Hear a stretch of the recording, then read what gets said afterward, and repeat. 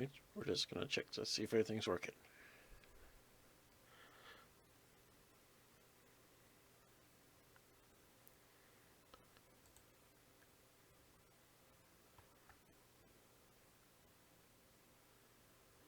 Alright, we're just going to check to see if everything's working. It looks alright.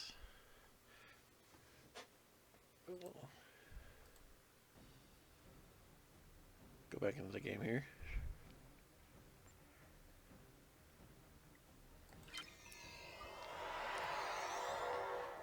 We'll go and get started. Yep, they got the Season 12 stuff out, so... And the anniversary stuff is going on too. So I thought I might delve back into it.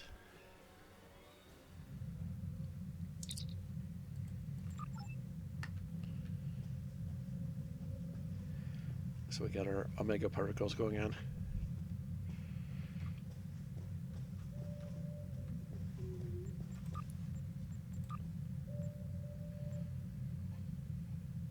Oh. Our research is almost done. No, we don't need you.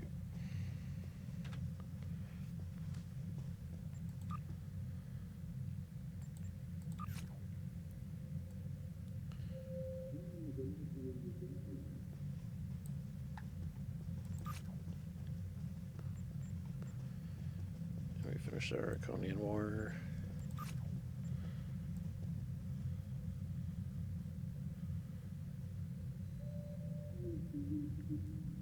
Finished the future-proof stuff. Yep. We've been in regular contact with the Lucari, and they've recently unveiled a new starship designed for space exploration. They're eager to head out into the unknown, and they've asked us to give them a hand. Starfleet has decided to send you to assist them in their first voyage beyond their home system. This is an exciting time for the Lucari. Watch over them and help them to see the value of space exploration, and let them make discoveries and follow their sense of wonder. Just don't let them get in over their heads. I'm sure that won't happen at all.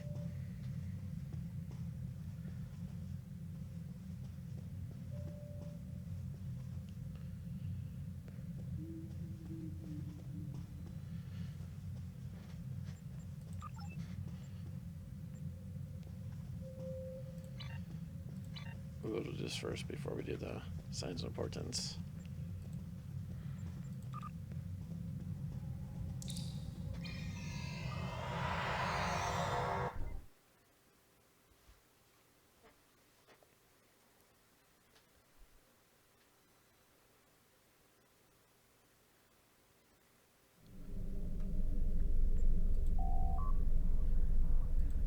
We don't need you. We just want to leave.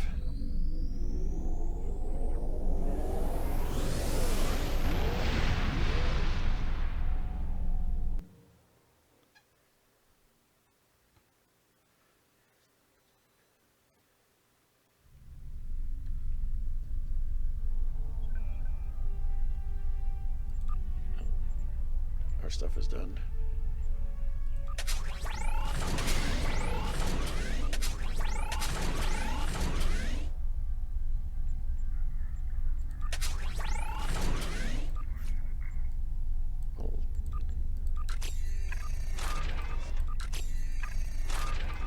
Set our 20-hour timer on.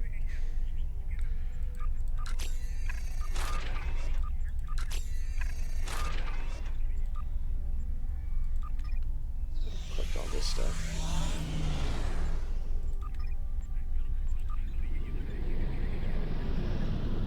We're still working on that.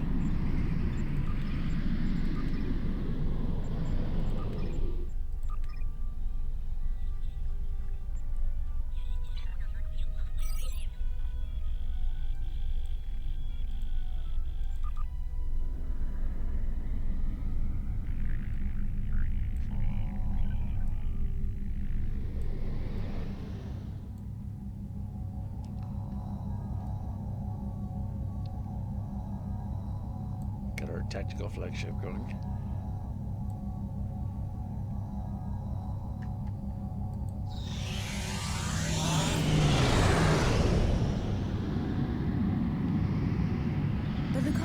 this system home. Some of our neighbors, like the Deferi and the Denobulans, have been most welcoming.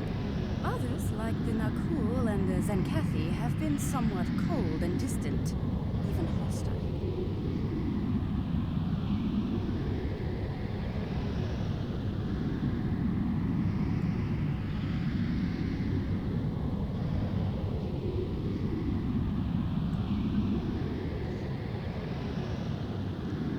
Nothing like a full stop right into. No. We didn't go into the star, but might as well have.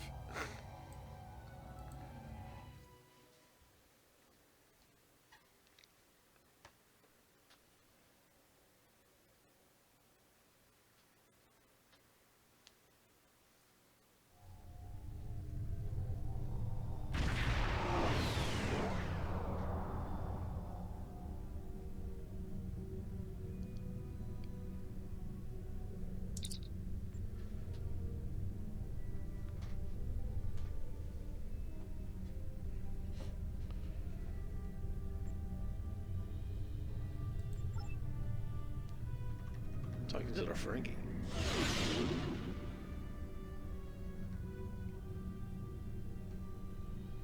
I try not to think about you at all, Mark.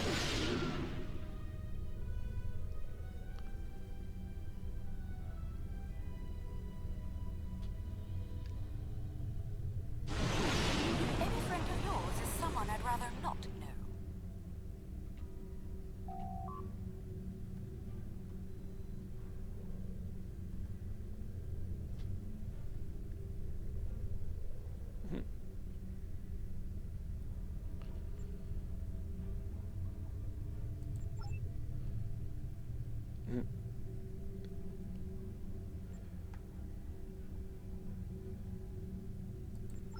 Thank you. That insistent Ferengi has been trying to make new trade deals with us since he first visited our system. Oh, everything he tries to sell is either broken or worthless. Thank you. It's good to see you again, and under much better circumstances. You'll be happy to know that our star remains stable. We've not seen any Tholian ships since the incident, thankfully. The decision to explore was somewhat controversial, however. Many Lukari were resistant to the notion. We settled this moon long ago, after we were forced to leave our dying homeworld of Kentar. It was a difficult journey for us. Once we found our new home, no one was very excited about space travel. Still, the exploration initiative passed. Considering my experience, my people have chosen me to command the LSS Concordium. It was an honor I proudly accepted. Our ship is ready to go, and you are. Let's hear about your ship. While we have some catching up to do, we've engaged the best engineering minds of our world to modify this vessel. I'm quite proud. We've done a lot in a very short period of time. We've added some of your defensive technology to this ship, as well as some warp drive upgrades. The Concordium is now capable of sustaining a top speed of just over Warp 4. Our collaboration with your engineers has been quite inspirational. We've started work on a starship of our own design. One of many to follow the Concordium to the stars. Our ship is ready to go, and you are. Let's For go. our maiden voyage, I've chosen a star that is close enough to be within reach, but still just outside the area of space that you've explored, and obviously one that we haven't visited yet. According to your star charts, it's a yellow-white star called 20 Draconis.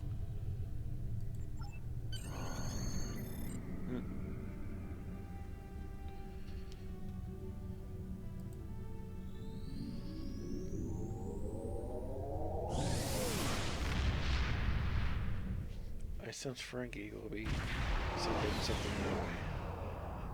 We've arrived on the outskirts of the system. There's a large field of rocky debris and asteroids. We're picking up various metals and crystalline formations.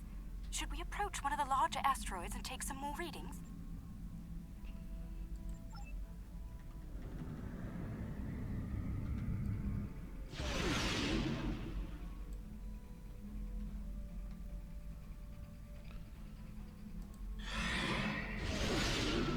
get our weapon systems ready.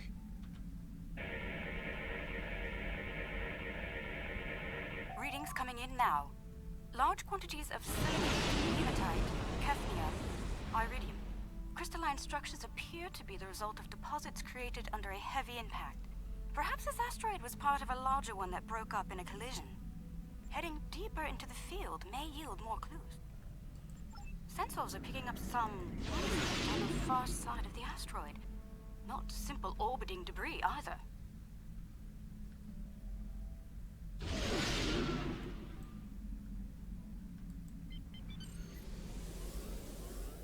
Cosmozoans! They're beautiful. Do you have any information about them?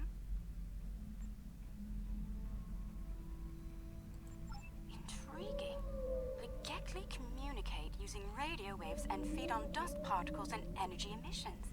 And, oh, it seems an adjustment of our EM band is in order. I don't like the idea of the Concordium becoming a Gekli food source.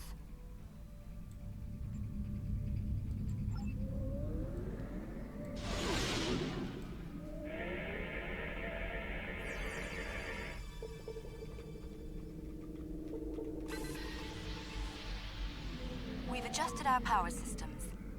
I'd like to gather more data on the Gekli before we move on. Any suggestions? You can shoot them with a photon. An attack. excellent idea. We'll be able to track their movements and learn more about their migratory patterns and feeding habits. We'll need to get close in order to attach the tag safely.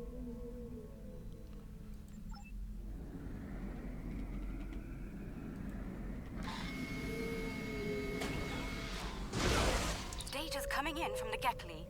I'd like to expand the number of tagged subjects to optimize data collection. Let's get close enough to slip in with a pod and join them in their swimming.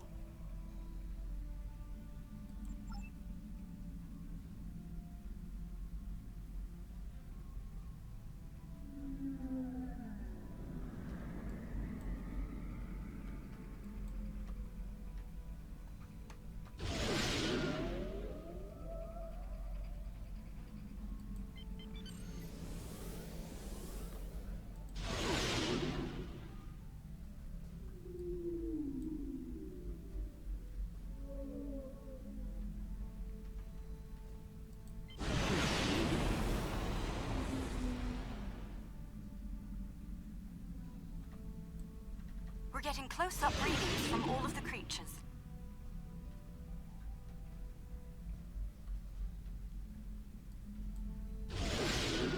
They're treating us like one of their own.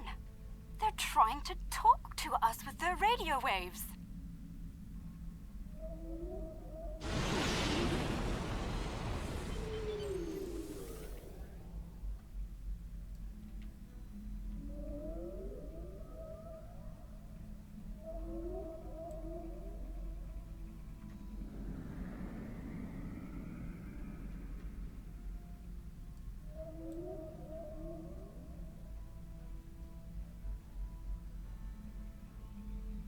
That was incredible. What a singular experience. We've spotted a larger group of them in an area not too far from here. This looks like a feeding ground for several Gekli pods. Let's go have a look. Alright, let's go look.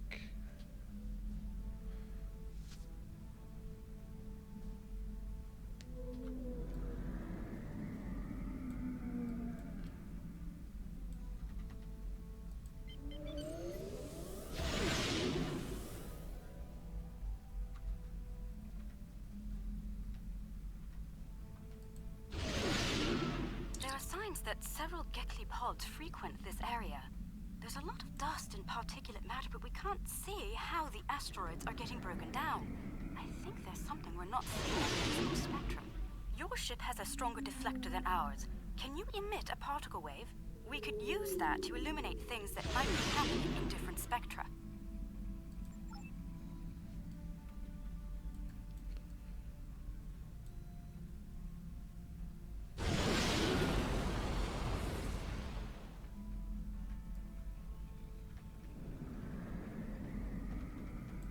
We have to go back there.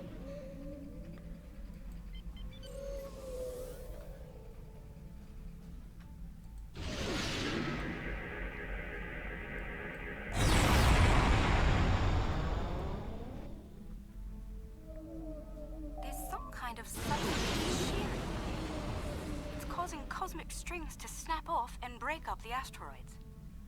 That must be why the Gekli feed here. There's plenty of particulate matter for them to consume in the debris fields. I think we've collected some solid data here. We're ready to move on when you are.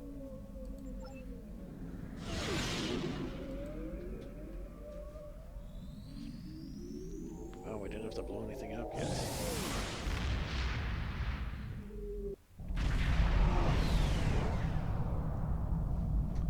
Sensors are reading a swarm of comets passing by this stellar body. They look to have an orbital period of about 173 of your standard years. I'd like to know if they came from outside of the system and were caught in its gravity, or if they originated here. Shall we take some scans? This comet is mostly ice and dust. There are indications that the cometary matter formed around a magnetic core. The other comets may be more interesting. Let's move to the other comets and study them closely. Okey-dokes.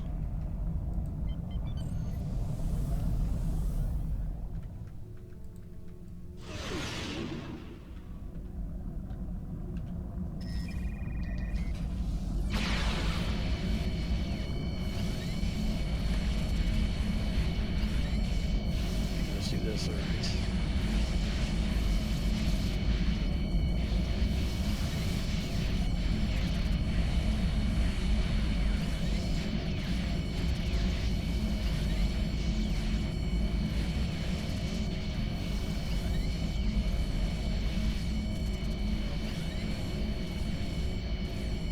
Do we get some dilithium out of this?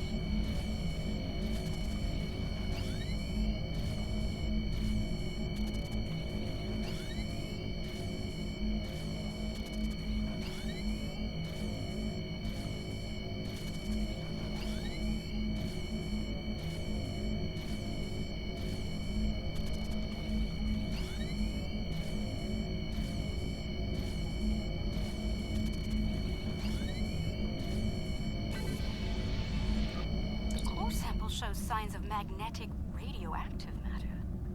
This comet may have seen some interesting particle fields in its wandering.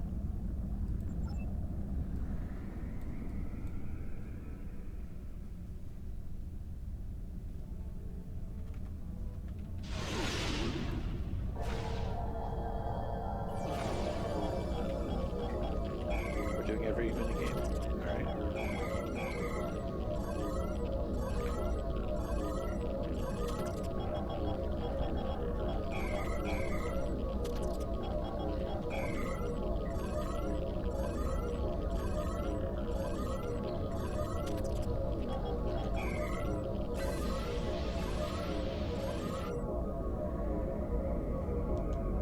Holding the comet let us get some detailed readings about its emissions. Based on the structure of its silicate crystals, it's been in a pattern. It picks up energy from its trip near the star, then loses that energy as it loops past the planets. It's like ice melting and refreezing, but it seems to lose a large quantity of energy all at once near here. I'm not sure why. The radioactivity should be steady. These comets seem to have a long orbit that coincides with the orbit of a Class A planet nearby. I'd like to launch a probe and see if the cometary movements have had any impact on the planet. Fire torpedo, probe.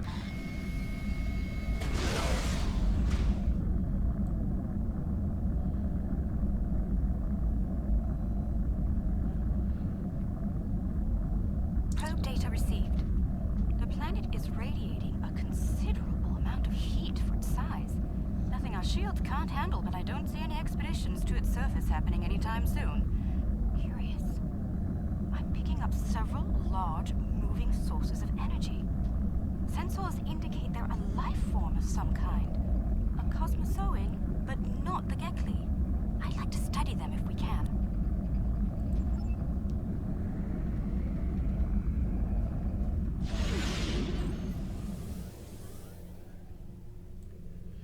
Planet is geothermal in nature. Its surface is partially molten.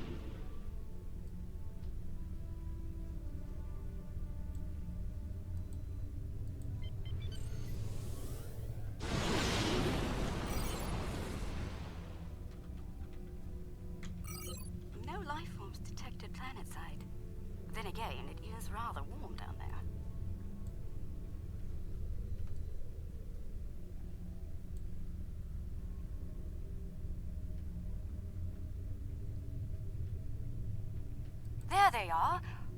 Magnificent, aren't they? Are we gonna see all the stuff from Next Generation?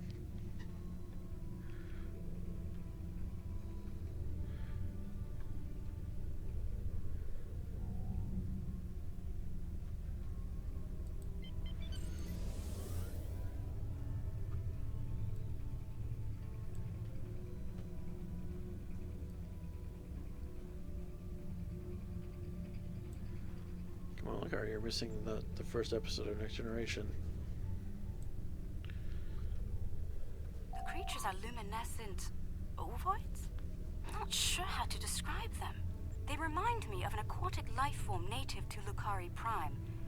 There are little ones huddling close to the planet's atmosphere. They must use the heat and the planet's electrical discharges to survive. Interesting. These life forms were encountered by the USS Enterprise D on Deneb 4, someplace called Farpoint Station.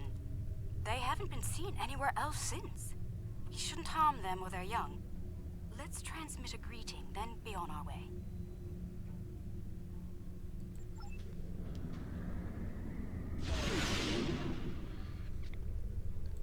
Our greeting is a photon torpedo.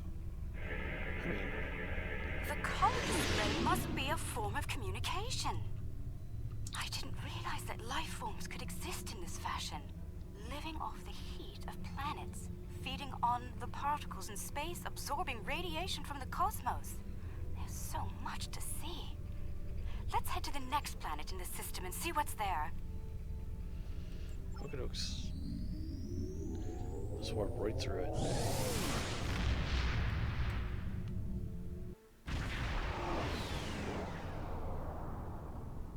Are you seeing this? My sensors indicate this planet is completely devoid of any organic material, and yet it has a breathable atmosphere and lies well within the system's habitable zone. Most curious. I'm picking up residual levels of radiation. Oh my. I believe I know what happened to this world. Some kind of proto-matter wave happened here. Not if you know how to resolve the chaotic turbulence with a Tarfine reduction. This was a recent event. Some kind of proto-matter incident happened, and it wiped out all life on the planet. I think we should send an away team down to learn more.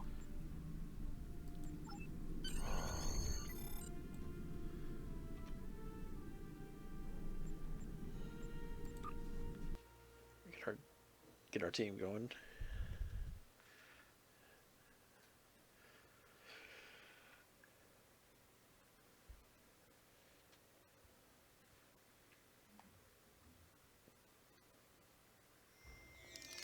Oh, not sure I'll ever get used to transporters. Let's see. Initial scans suggest this area used to be inhabited, but I can't find a single trace of organic matter. None. I see some carvings on those canyon walls. Let's take a look.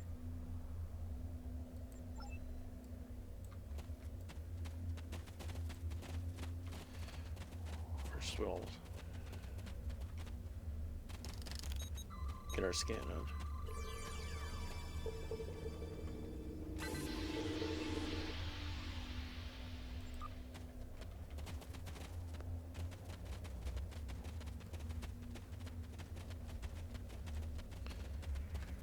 Because we have to get our loots first.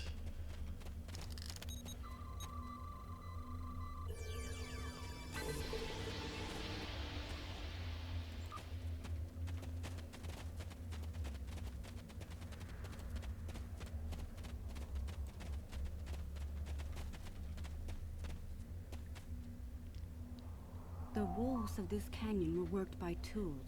I'm sure of it. Sentient life forms lived here. Until the proto-matter detonation. This pillar here, it seems to be a sign pointing to that canyon. Perhaps a pathway there leads to a settlement of some kind. I'm reading metallic objects there as well. Shall we take a look?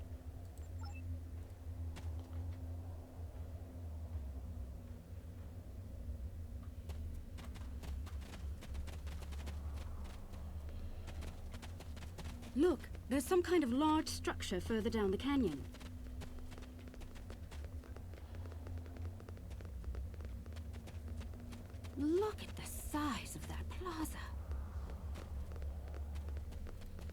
These people must have had quite a developed culture. Let's take some readings up there.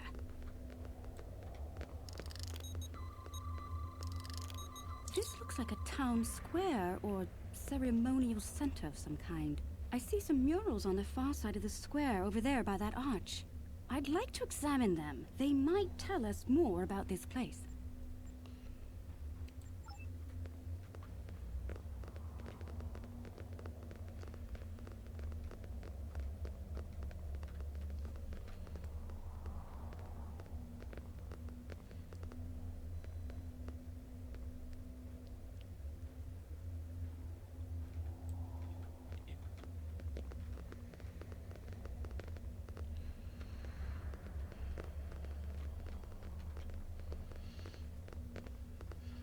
We will study the wall. These murals depict people bringing some objects to this place. Crystals or gems, I believe? They built their settlement around this site. I believe it was a place of great significance to them. The next mural may hold more clues for us. Let's have a look.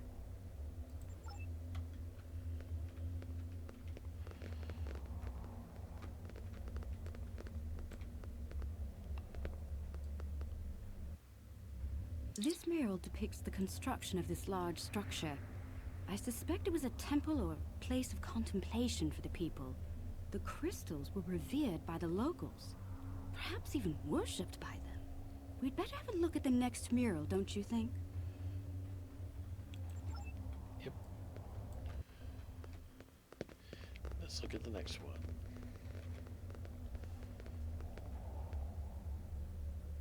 The crystals depicted in this mural appear to be growing for some reason. I wonder if this is a symbolic or literal representation of events. Perhaps the structure needed to be modified to hold the volume of crystals they collected over the years. Quite the enigma we found here. I suspect there's more to be found inside. Getting there we could probably force it open, but that could damage the structure, and too much force could even collapse it entirely. I suggest we create a holographic forensic reconstruction. Yes, it would be based on analysis of things like footprints, wear patterns, and local construction. We can learn what people did here, how they went about their lives, and how they made the device work. We'd be watching a replay of history, roughly speaking. Let's start by gathering information from relics and leftover traces of the people who once lived here.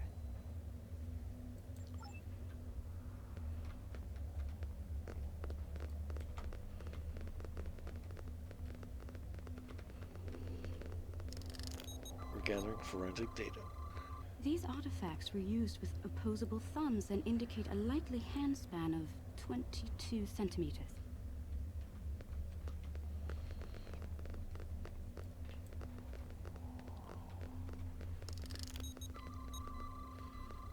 Based on these footprints, these people had a stride that places them at about 1.6 meters on average. Sounds like humans. The wear patterns here show us that people leaned against here frequently. This was a meeting and gathering area. And it's in the shade. Strange. These relics should be covered with dust and sand, worn away by time and wind. But they're all uncovered. No organic matter left, and everything left behind in its place. Frozen in time, like... Yes, the evidence seems clear. The proto-matter detonation happened only weeks, perhaps even days ago. We're going to need to make an accurate simulation to continue our studies here. I suggest using modified pattern enhancers to do this. Guess we'll make it a nice triangle. Or even... Enhancers online. Yep. The Our first signal penis is strong in and place. clear.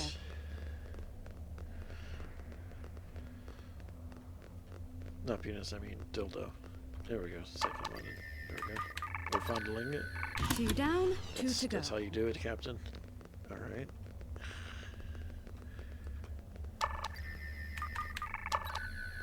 That's 3. One more and we'll be ready.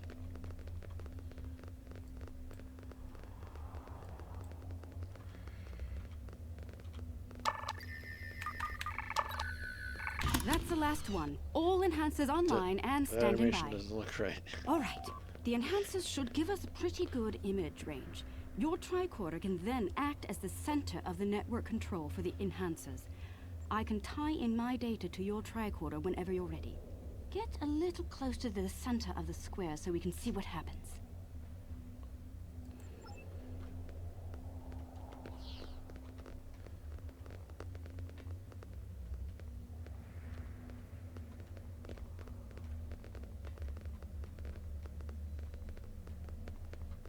Note that the alien is using the pillars in a specific order.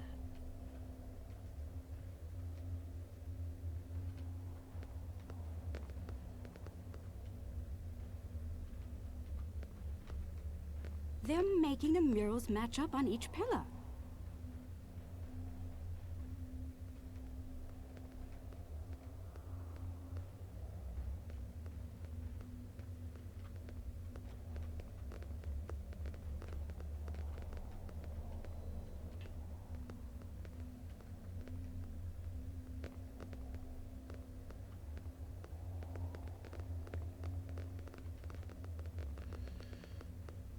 Oh, he's powering up. Looks like some kind of functionary, priest or bureaucrat, I think, would unlock the door by turning the murals on the pillars. The top mural on each pillar seems to be locked in place for reference. We should follow the order they used on the pillar murals. If we can turn them correctly, I believe we'll unlock the door.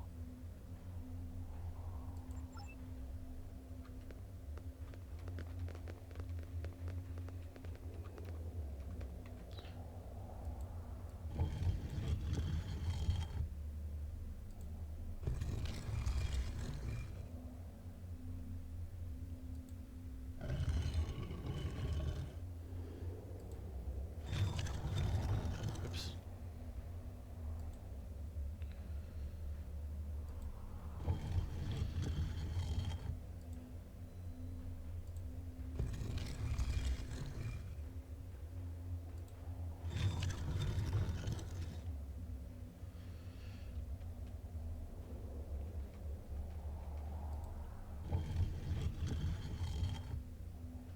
There we go. Oh, we've rotated the pillars out of order. The mechanism is resetting itself.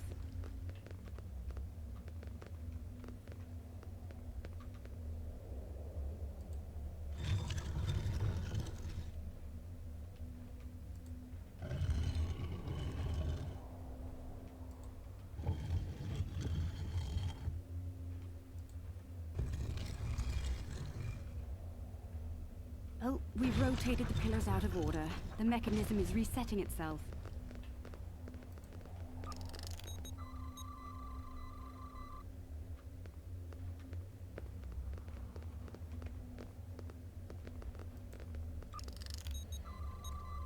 Guess we have to watch it again.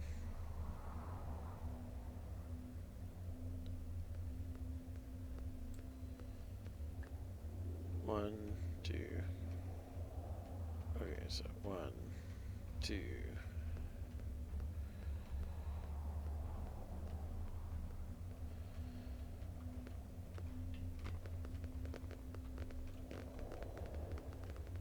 One, two, 3.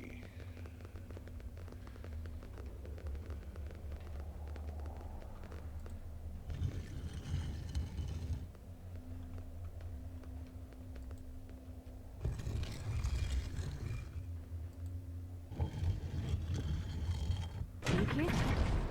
That's the first pillar set in place.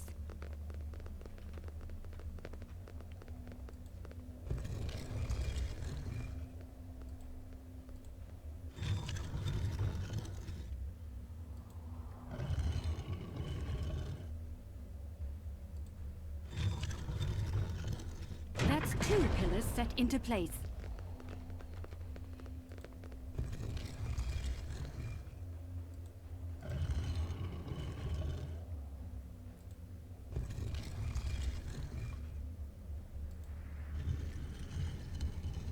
3 pillars are locked in now.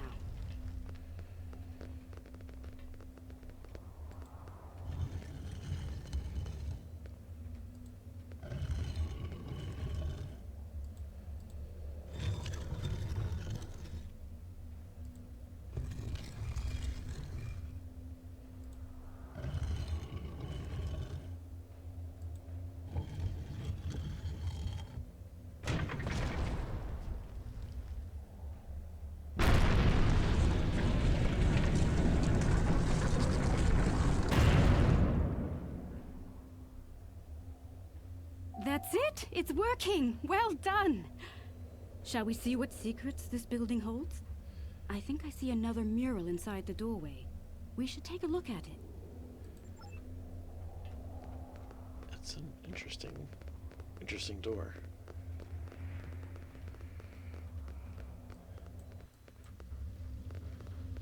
Examine the mural of the Starfleet sign. Isn't that the symbol of your Starfleet? How did it get here? How could it be in a temple of people who don't even have electricity, much less space travel? This is getting stranger by the minute. We should search the temple for more murals.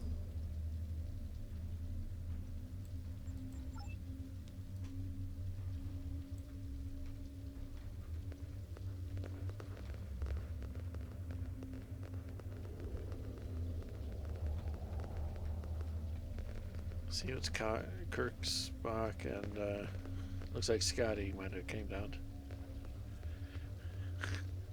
Those people in the picture, they don't look like the others. What happened here? If Starfleet officers contacted this civilization in the past, why wouldn't you have a record of it? We should head deeper into the temple and continue our search. I think the panel on the wall here can be pushed to open something. I'm all pushing stuff. Those inner doors across from the panel are opening.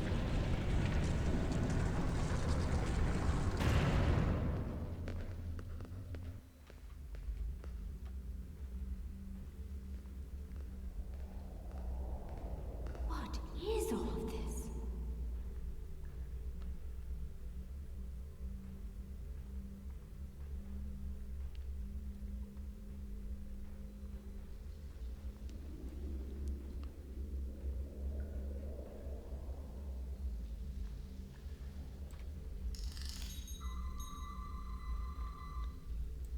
According to my tricorder, we've reached ground zero. This is where someone detonated the protomatter bomb. From here, a self-propagating cascade of proto-energy radiated outward in all directions, washing over the entire planet. Doubtful. I believe what did this was built specifically as a weapon. There's no new ecosystem. All life was eliminated. I'm picking up a residual energy signature here. Take a look. 16-centimeter wavelength with a slight kaon leak. I've seen this before. It's a byproduct of Zenkethi technology.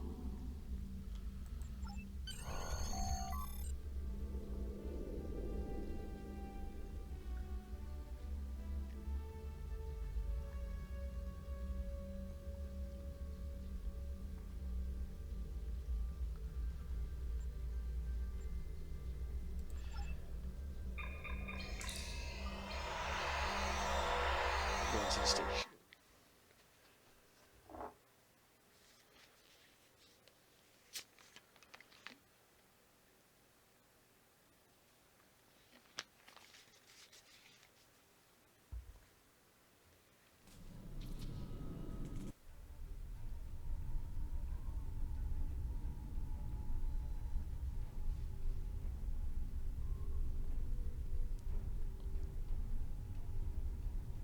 Engaging the side transport.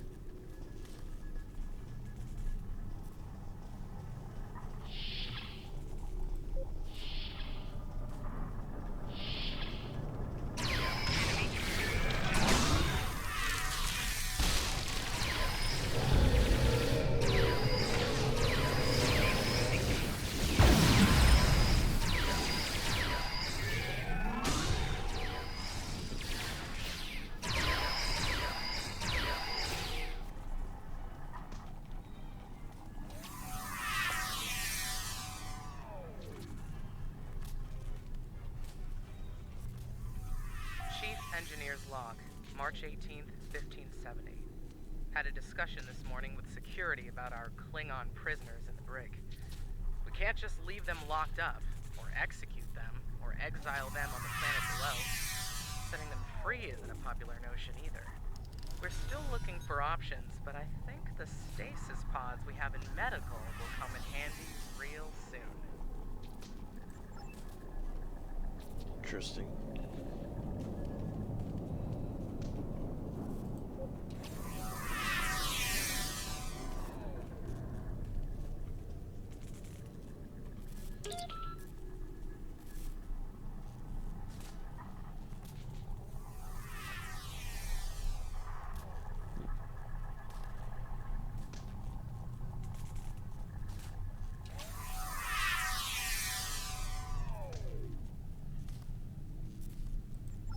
Chief Engineer's Log, Supplemental. By my account, we've been hurled back in time to the 16th century. To make matters worse, we're a very long way from the Deneva system. None of our shuttles are warp capable, and even if we could get to it, we'd be in the wrong time. In short, we're stuck. There's nothing to do now but wait and try to conjure up a way to get back to the right time.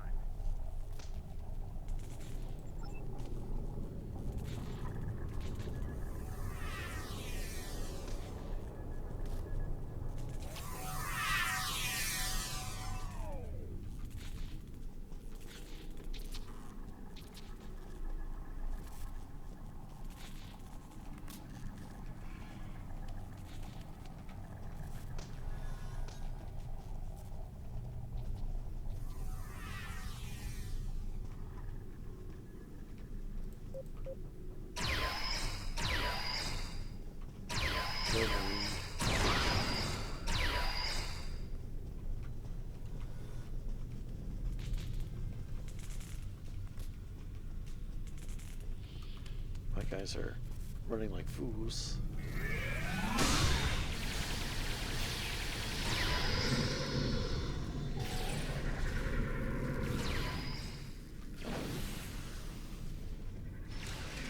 Guys, what are you doing?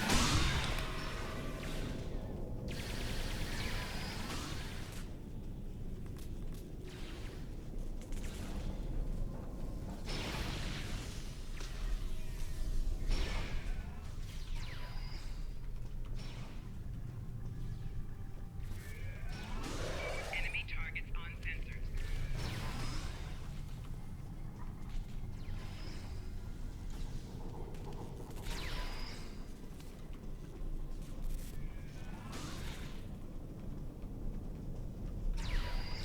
Enemy targets on sensors.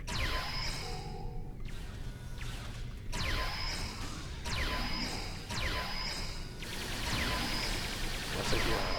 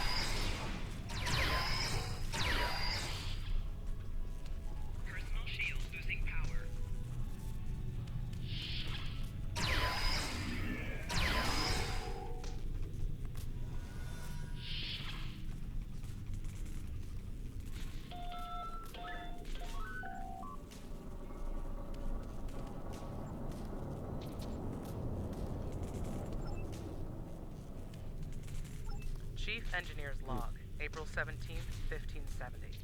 Today we visited the planet we're calling Draconis 3 to collect supplies. The good news, there's a humanoid civilization down there. The bad news, a potential Prime Directive violation. Our landing party was seen beaming in by some of the locals. We're hoping that doesn't impact their culture in any way. One thing's for sure, they can't help us go home. Their tech level is Bronze Age at best.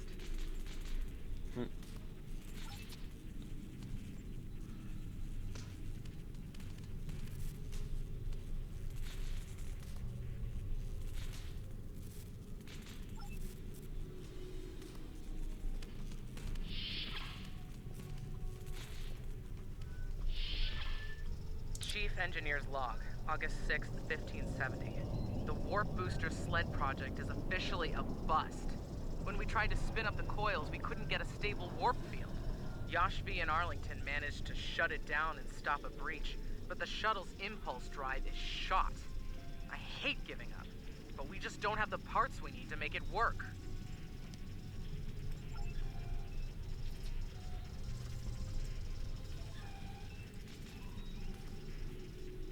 Interesting.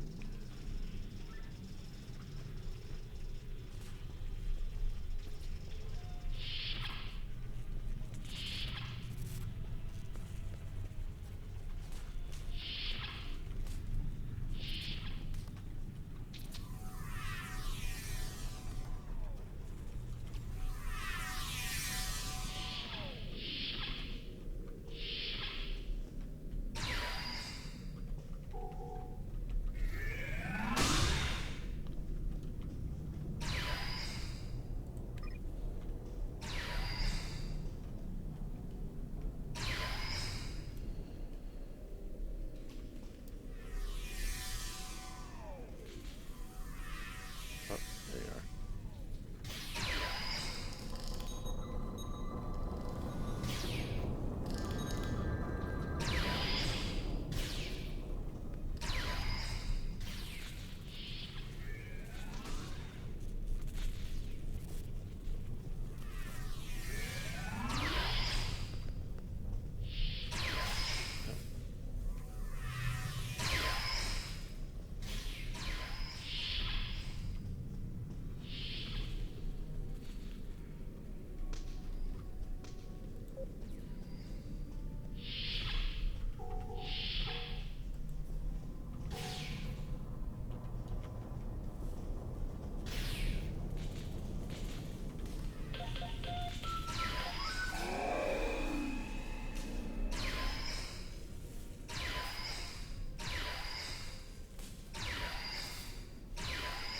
Chief Engineer's Log, July 26th, 1571. Most of us went into stasis this morning. There weren't enough pods for everyone. 3 of us had to stay. We drew lots. Tavon, Sheridan, and I were the lucky winners. Since we're out of options, we've decided to go native and live out our lives under Draconis 3. Hopefully, one day our records will be found, and the people of Station K-13 will be remembered.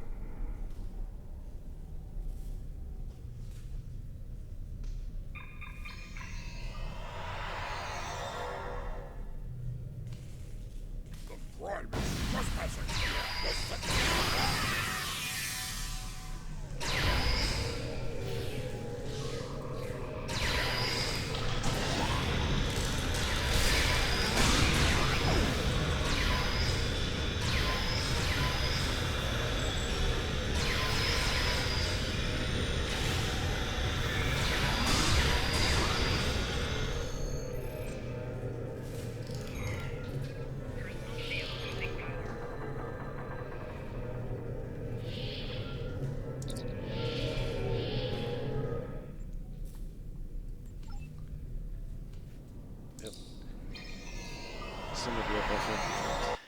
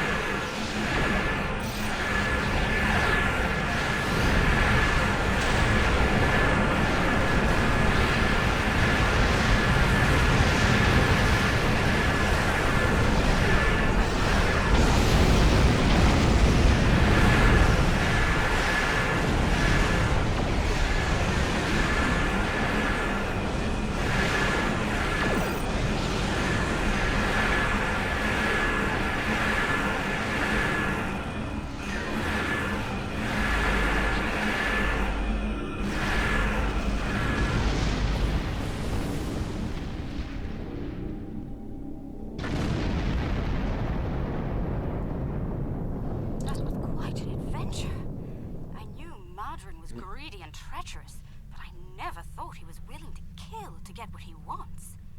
In spite of that, I feel like we've learned so much out here. And for the better. Indeed.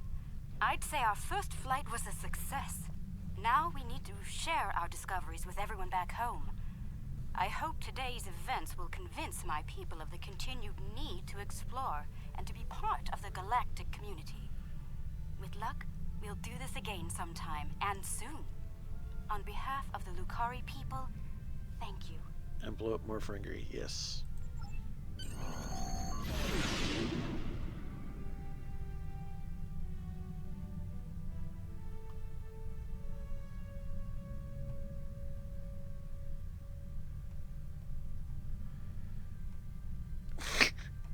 That's awesome.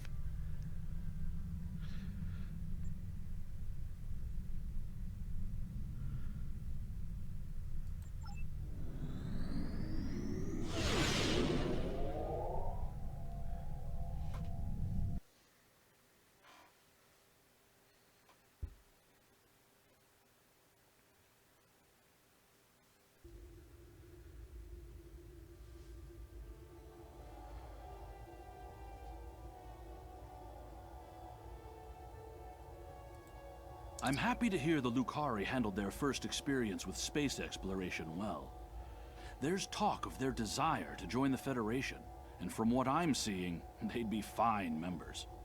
The mystery of Station K-13 has been solved, although the past violation of the Prime Directive by some of its personnel is a concern. Hopefully the crew preserved in stasis pods will be able to shed a little more light on that situation. Finally, this news of a Zenkethi protomatter weapon is disturbing.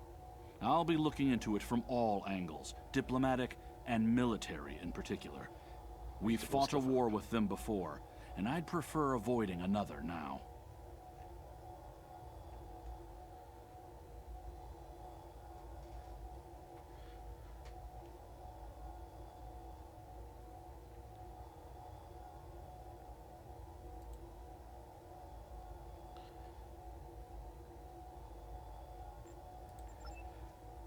We'll get the torpedo.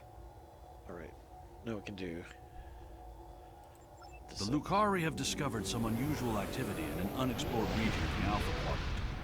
The data suggests another weaponized use of protomatter, similar to what happened recently at Draconis 3. The Klingons have sent a ship out to assist with the Lucari investigation there, and we'd like you to join them. If the Zenkethi are involved, we need to know about it fast.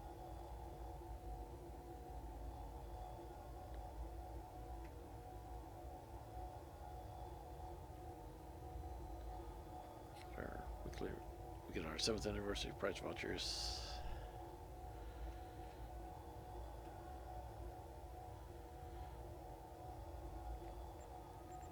Alright.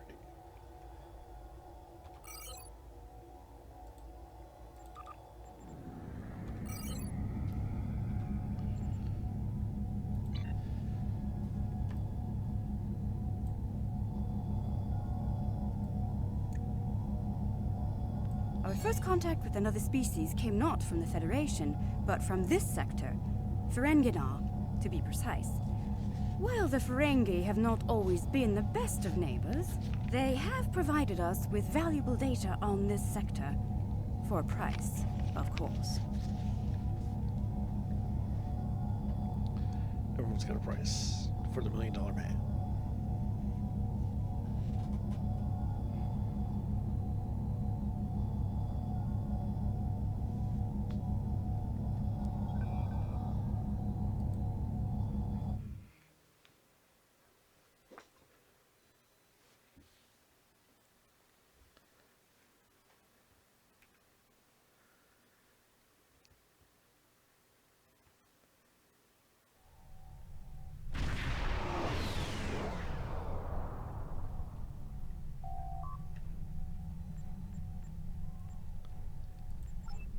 Guavan, I am General Rodek, security advisor to the Lucari.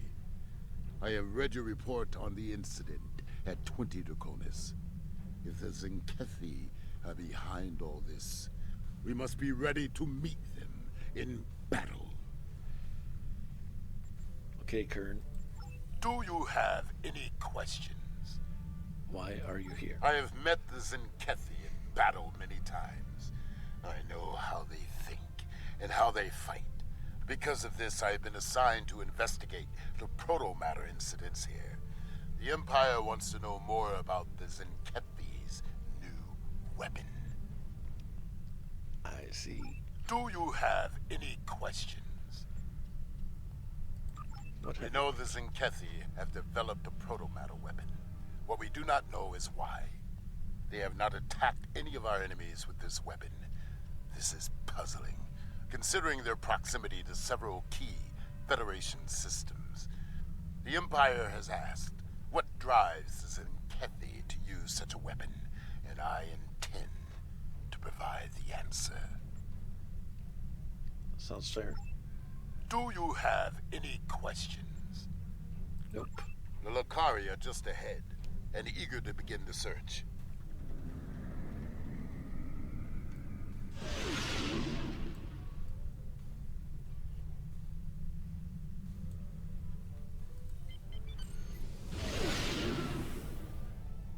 It's good to see you again.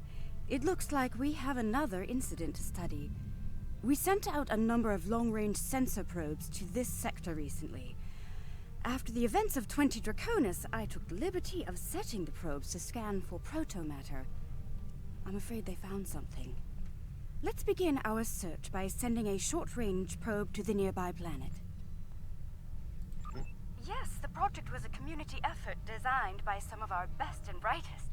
With the help of our allies in the Alliance, we were able to finish construction and the shakedown cruise faster than anyone expected. The Raskava may not be as large or impressive as some ships, but she's ours, and she's ready for the job. The crew of the Raskava stands ready.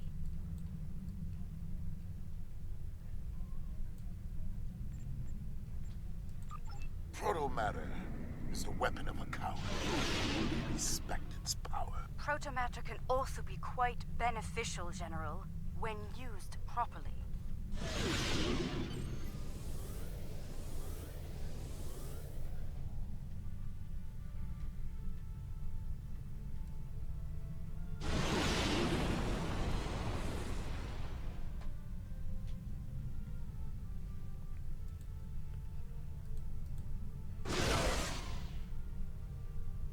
The probe is away. The atmosphere of the planet is so thick it will take the probe some time to get through the interference. While the probe is busy, we can collect data from the planet's moons. At least one moon has signs of protomatter energy. A closer look will give us more information. Okey-dokes. Perhaps the probe's information will give us more insight as to why these attacks are occurring.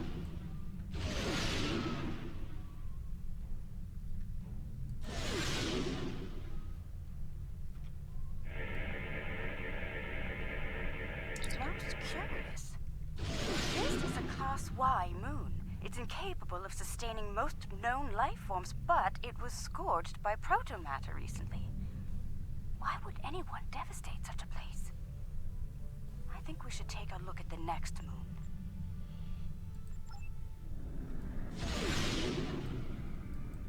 That's no moon. Perhaps they use the moon as a test site for the weapon.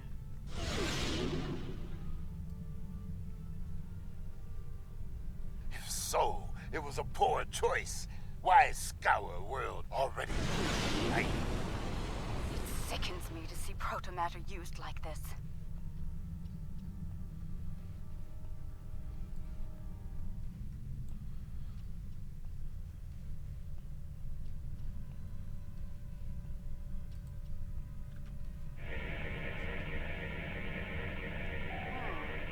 Another enigma, I'm afraid.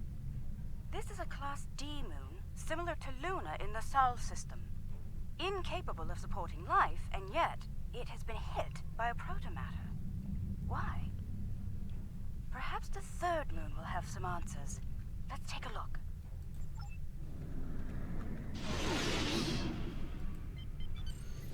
Another uninhabited moon, but one quite different from the first. What is the pattern? This makes no sense. There is no tactical pattern to these attacks. There must be a reason, though. Let's figure this out quickly before more lives are lost.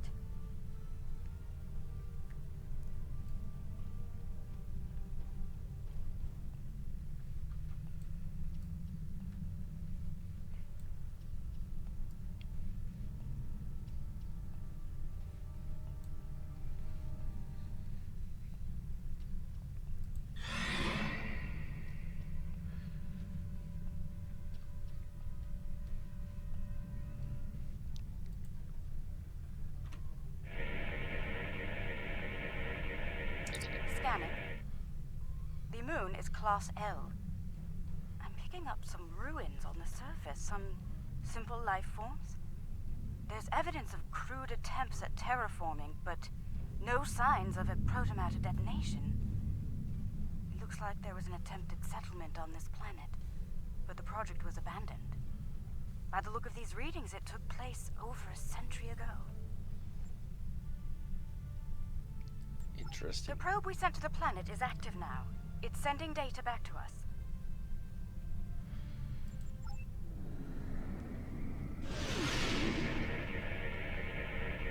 I'm detecting incredible levels of radiation, atmospheric pollution, ruins of great cities, and... Oh no. Based on these scans, I believe this is the planet Kentar, the original homeworld of my people. There are no signs of protomatter here. It seems Kentar was rendered incapable of supporting life long ago. By the Kentari.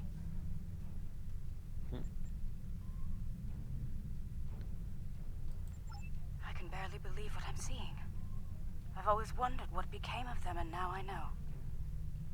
Most Lukari thought something like this would happen, but some of us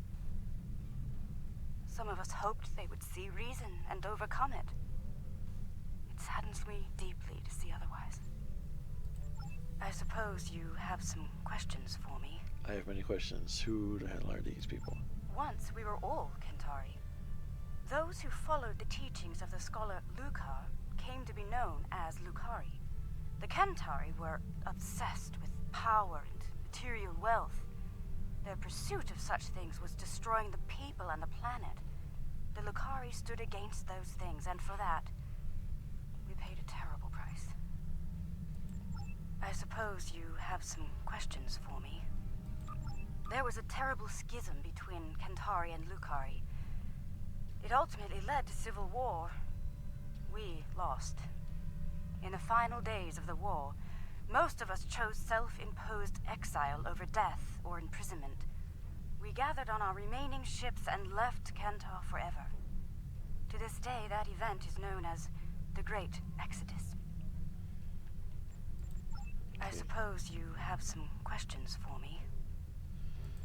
Much about Kentar was stricken from our records, including its location. Only a few Lukari know of the homeworld. My crew and I were not among their number until now. It is a shameful matter that many of us would like to forget. I suppose you have some questions for me.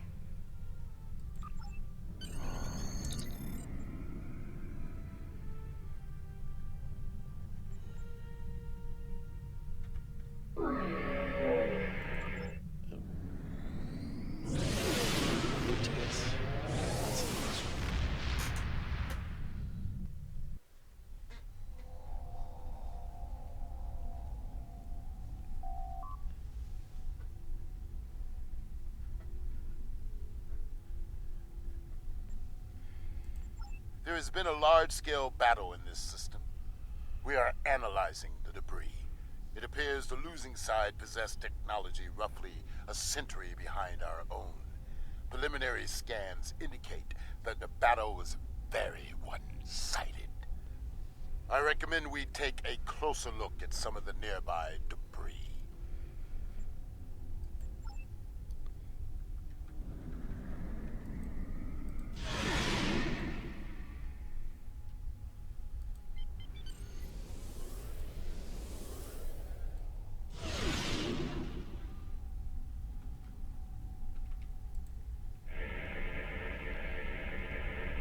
Our scans are showing the wreckage of dozens of ships.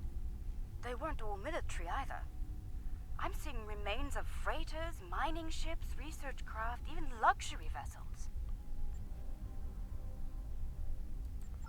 Unclear at the moment. We have not detected any Zenkethi debris in the field yet. Whoever did this was powerful, but not honorable. There is no honor in attacking the weak. I'm detecting strong energy signatures ahead. Further scans may prove to be more conclusive.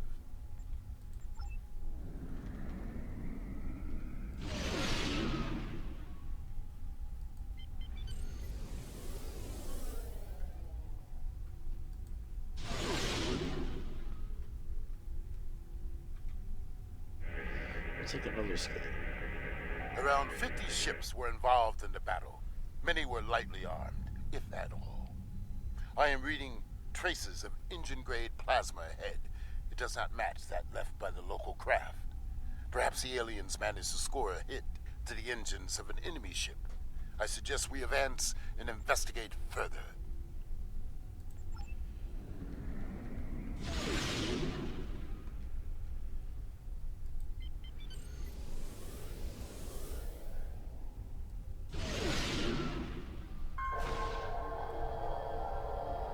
This is all that is left of a Zenkethi vessel.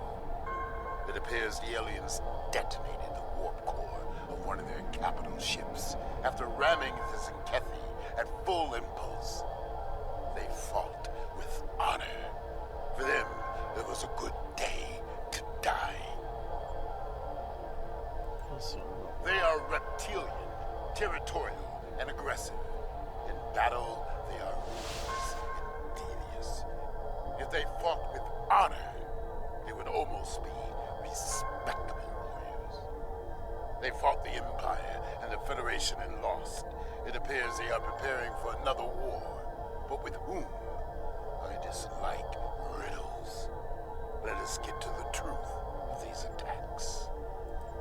Perhaps they are testing the weapon against planets that are not part of the Alliance, hoping that we will turn a blind eye to their crimes.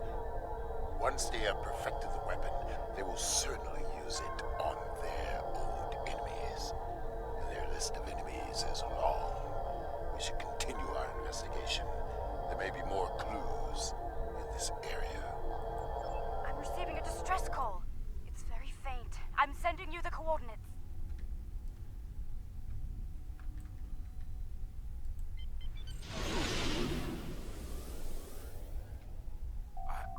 I don't know who you are or where you came from, but thank you. What can I tell you? Who are you? Egan Burin, captain of the Pavini starship Bastion. Or what's left of her, anyway. Most of my crew was planetside on shore leave when the invaders warped into the system. We went into battle with a skeleton crew. It's a miracle we survived. What can I tell you?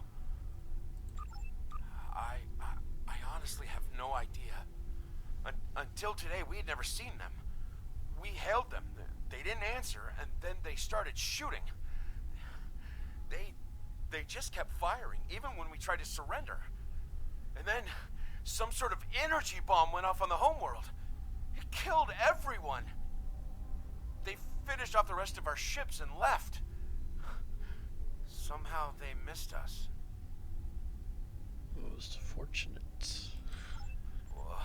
What can I tell you? No, we had no colonies, no allies from other worlds. Until today, we were our own worst enemies. The powers that be on Povin fought amongst themselves from time to time, and everyone thought we were one step away from a global war. In the end, we put all of that behind us to fight these aliens as one. And we still lost. What can I tell you? There might be survival pods from other ships out there among the wreckage. Could you look for them? We're doing all we can to keep life support running over here. I can't start a search and rescue operation on my own. If you have any engineers you could loan or some spare parts, my crew and I would be forever grateful.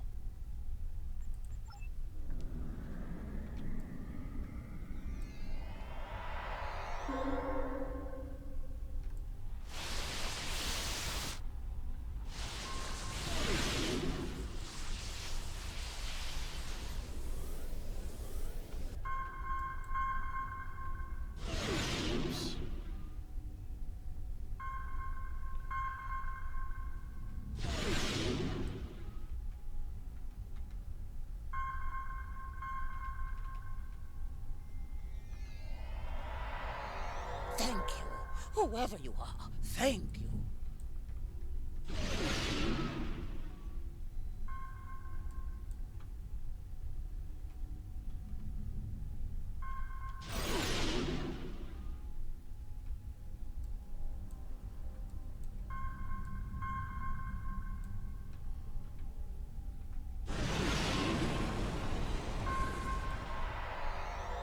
I thought no one would come. Thank you, strangers. Thank you.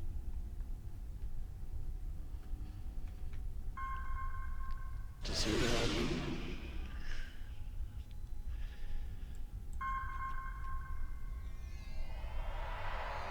Someone heard. By all the gods, someone heard the signal. I'm saved.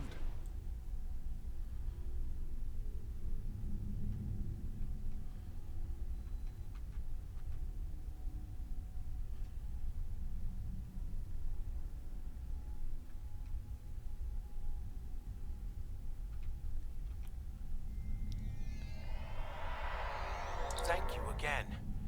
May we seek asylum among your kind? Please, we don't have anywhere else to go.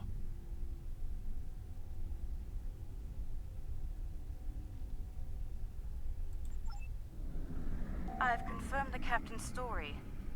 The planet nearby was hit by a protomatter blast. Estimated casualties in a... Check your long-range sensors. It just happened again. Another detonation. It is time for a reckoning. The Zinkethi must pay for their crimes. We must go, now, before they escape. Yep, to blow them up.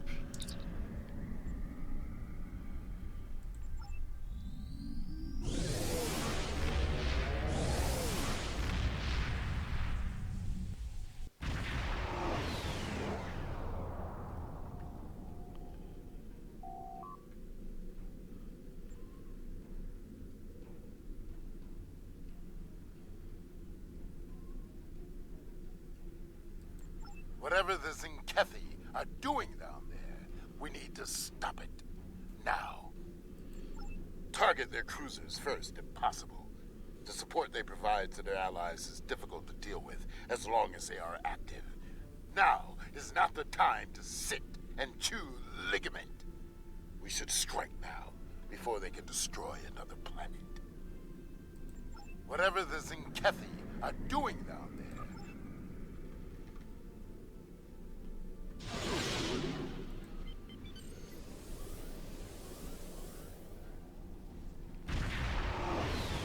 Zinkethi warships! Red alert! Alliance vessels. This system has been claimed by the Zinkethi Coalition. Your presence is unnecessary. Leave at once. You were warned. So be it. We now walk on the path of violence. To battle, Mark. Fight! Do not fear death. Must fight, we will fight.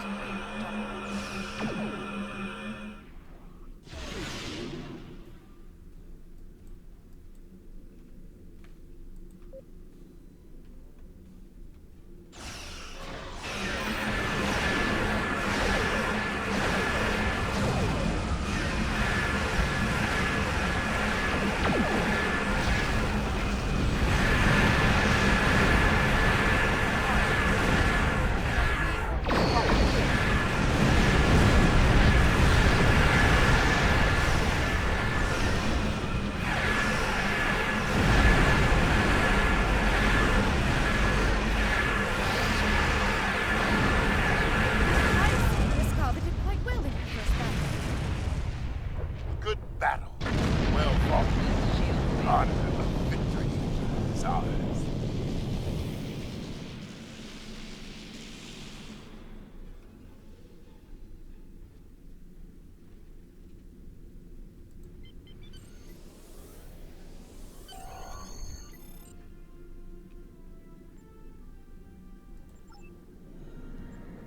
All right.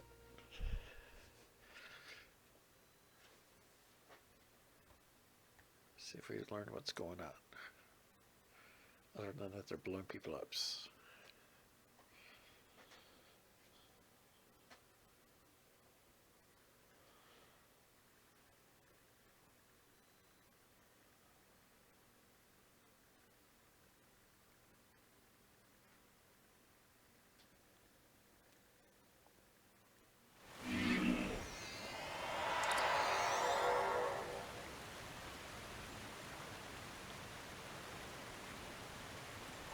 Their weapon is inefficiently shielded.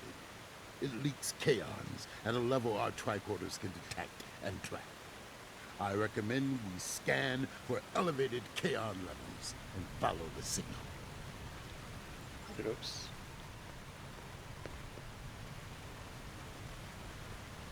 The kaon particle traces lead into the valley ahead of us. Oh, I see. They followed the waterfall.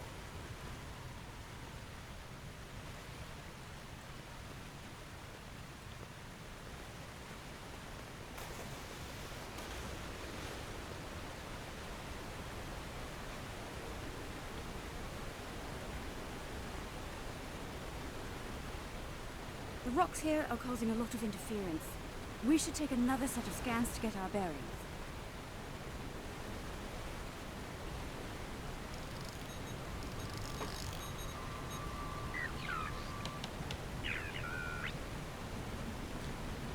Whoosh.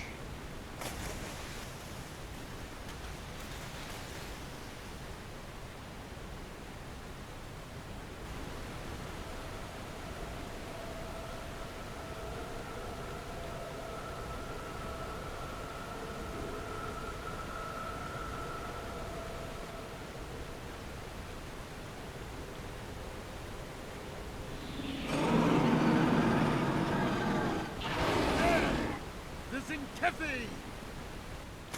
They're big and angry. We now walk the path of violence. So be it. Attack!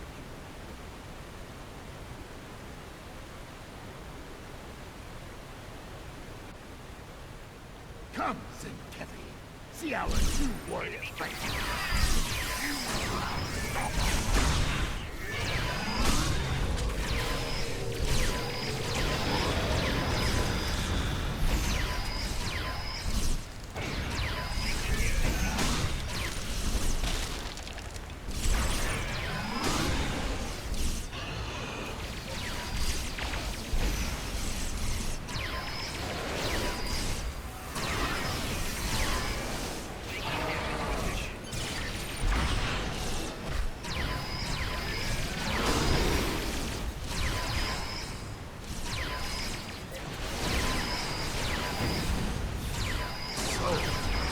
Some Zinkethi with a taste for battle.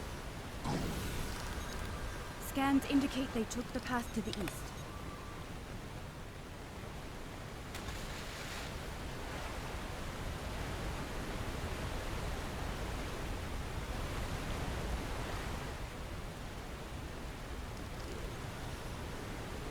Why would they destroy entire planets?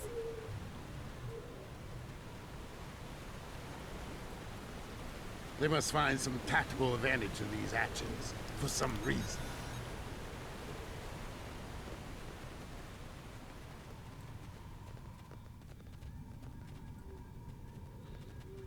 I'm reading Zenkethi life signs ahead. They're waiting for us. Ah, good. We will meet them in glorious battle.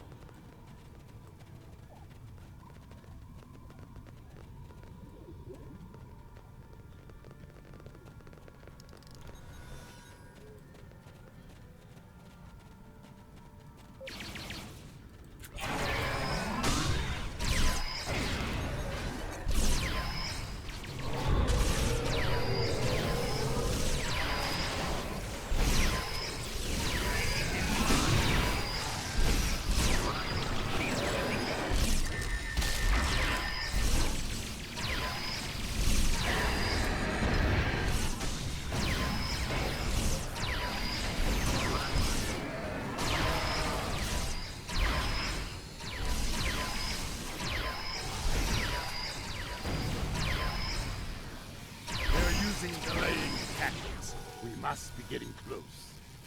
The path continues down from here. The Protonator bomb is still ahead of us.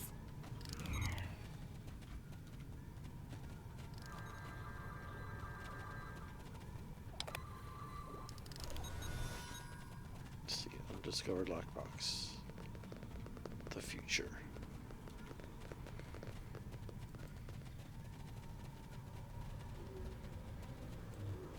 The Kaon levels are rising. We're getting closer to the protomatter bomb.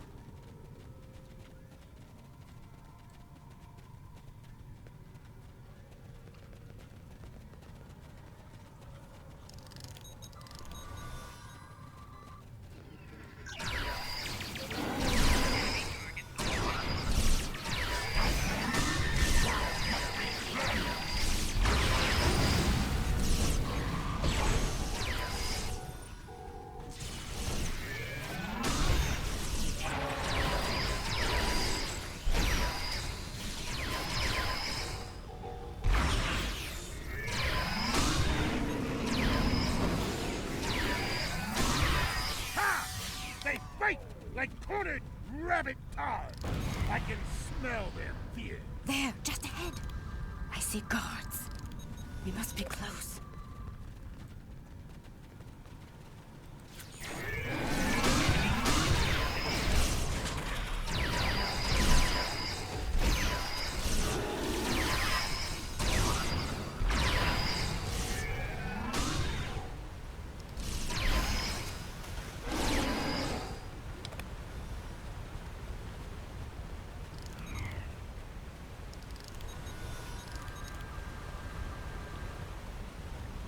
Trail ends here. I'm reading Zenkethi life signs inside that blocked-off cave. I'm reading a tunnel behind that waterfall. One that leads to the cave. We must move. Quickly. Move swiftly, and we can take them by surprise.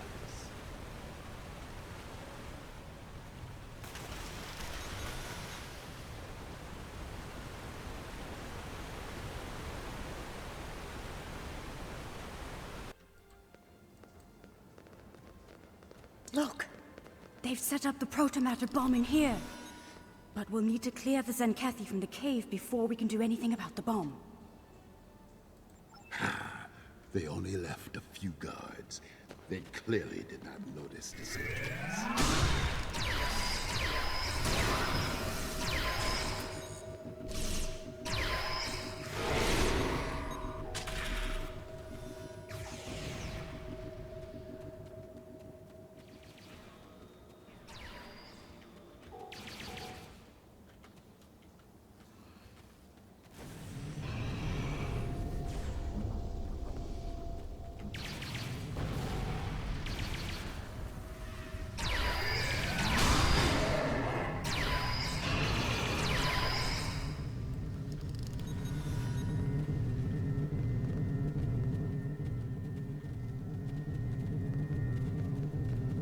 Oh my. That is a huge protomatter matrix. It's controlled by 3 regulator consoles, all active and cycling towards detonation. I can shut it down, but I need time. Cover me while I work. More Zenkethi! Defend the Lakari! Shutting down compound alpha. For honor! For the Empire!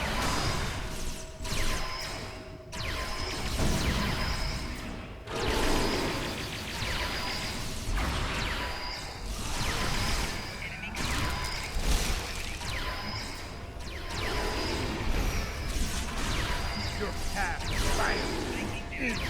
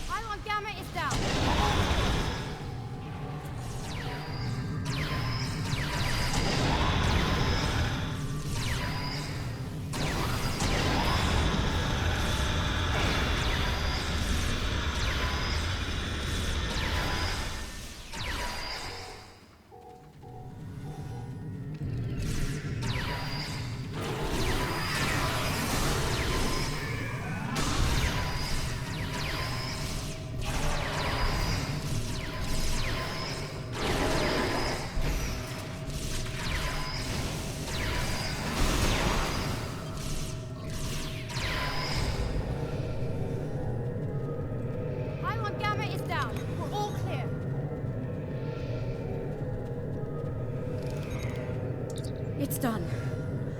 All the bombs are deactivated. We can... Wait. Look! These crystal formations are very similar to those we found at the first protobombing site on Draconis 3. This can't be a coincidence. We may have found what the Zenkethi are targeting in these attacks. Word from the core. Zenkethi ships are dropping out of orbit.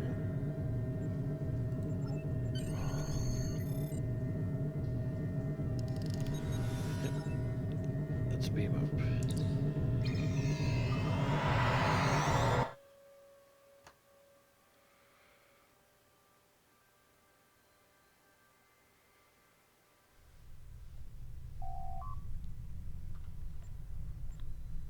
This ought to be interesting. Alliance vessels. I am Fleet Admiral Arenzen Tarak. As you now know, this system has been claimed by the Zenkethi Coalition. Further aggression on your part will not be tolerated. This world is not yours to defend. Leave now, while you're still able. We do not recognize your claims, Zenkethi. Your forces have murdered millions. If you are the leader here, it is you who will answer for these crimes. Then your choice is made. The path of violence. It is one I have walked many times, without fear, without remorse. Come, let us walk it together. The transmission is out. I wonder why. Fight now!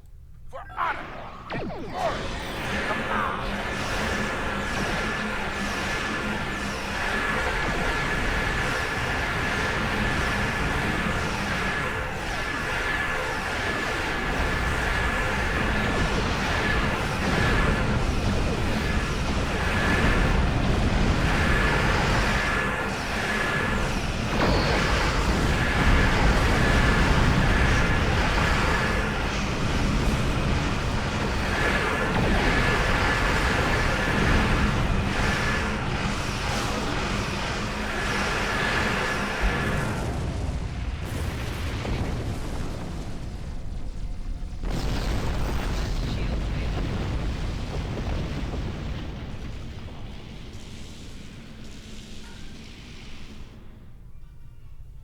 This is far from over.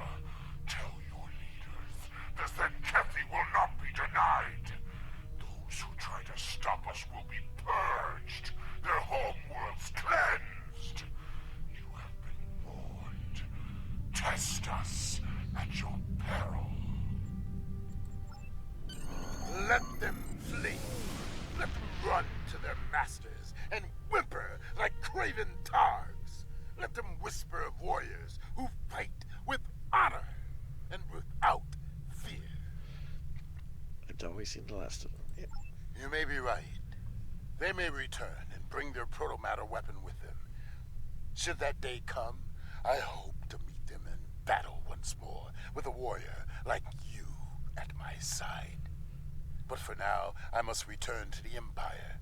There is a matter of great importance that I must investigate there. I think we've found a big piece of the puzzle.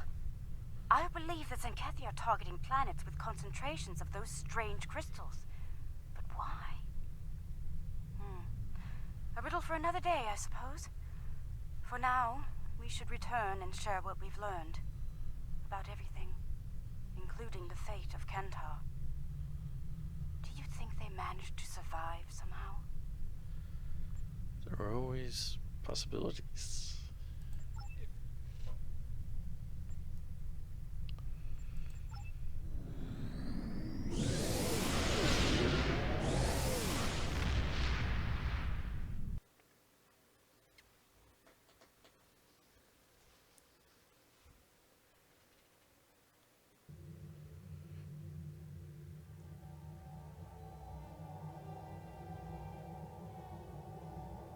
Contact command. So it's true.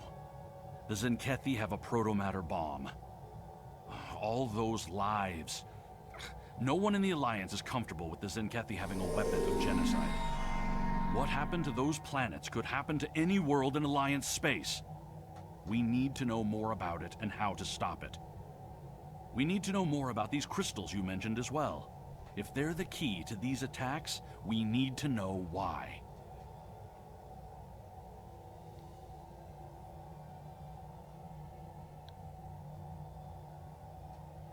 Let's see, what does this do?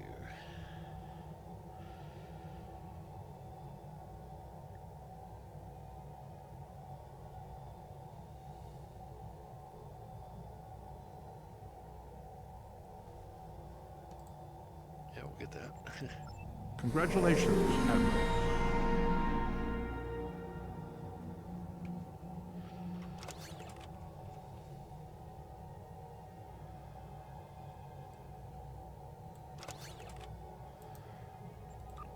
Get our... We don't need the specialization points.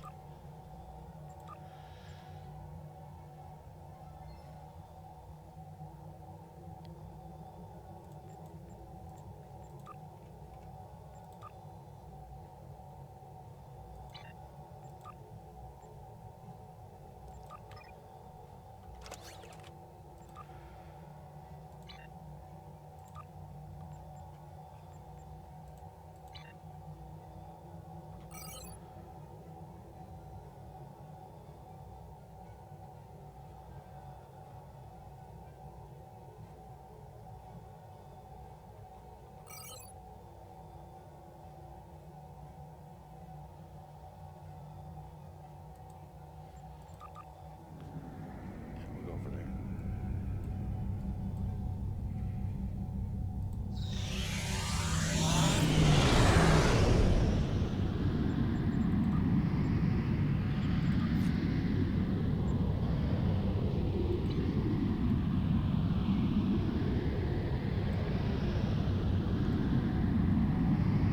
After we established contact with the Federation, we learned that a number of their members dwell within this sector of space. Their president, in fact, hails from the Saria system. In spite of these facts, a large part of the sector remains unexplored to this day.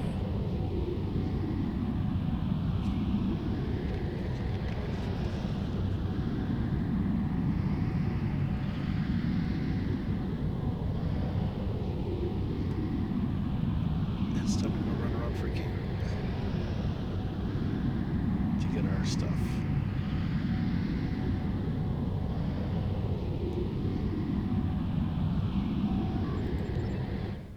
Our stuff and things. And maybe a ship.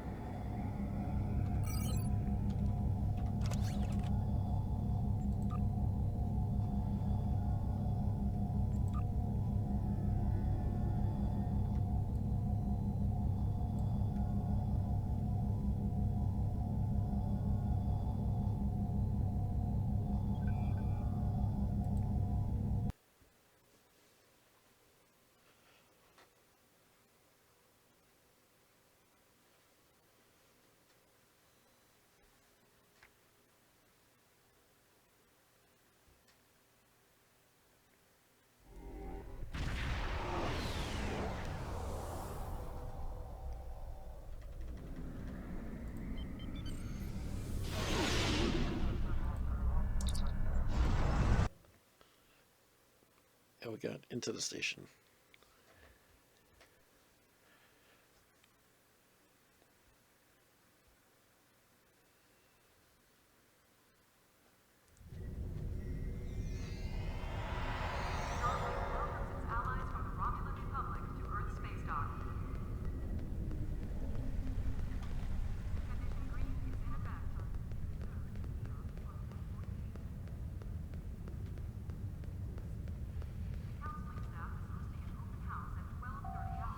We'll talk with the cube.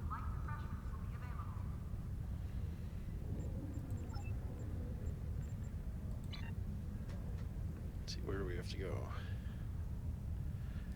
Andoria, D Space 9, Rosanna, of course.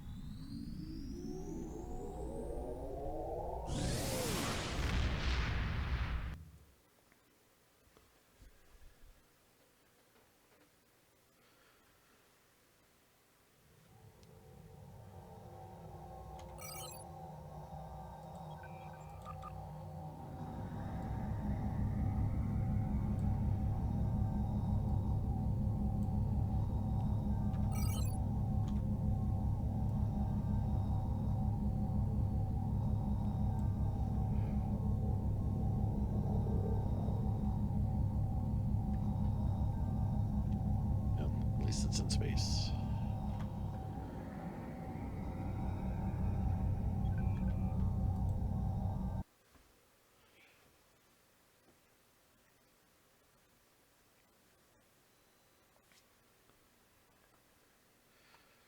We'll scan our particles.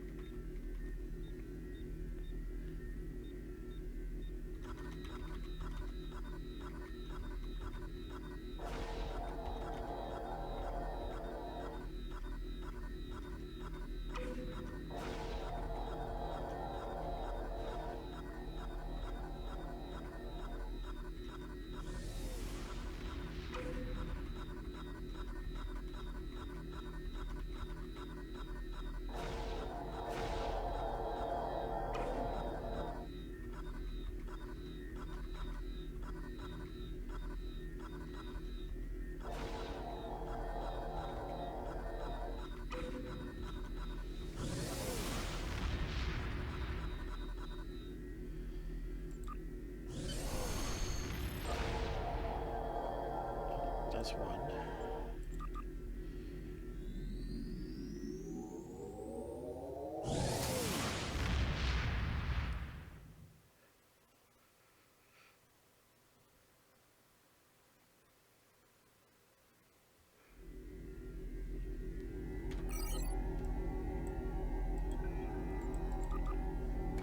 Go down here.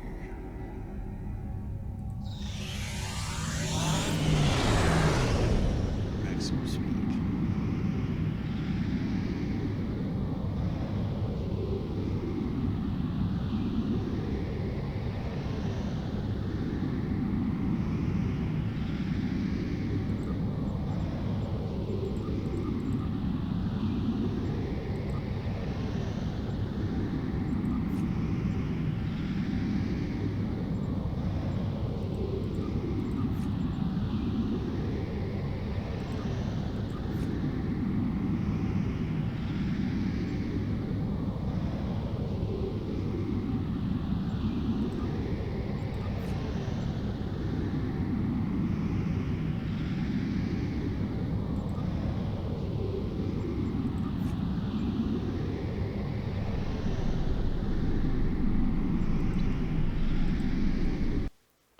No, we're here.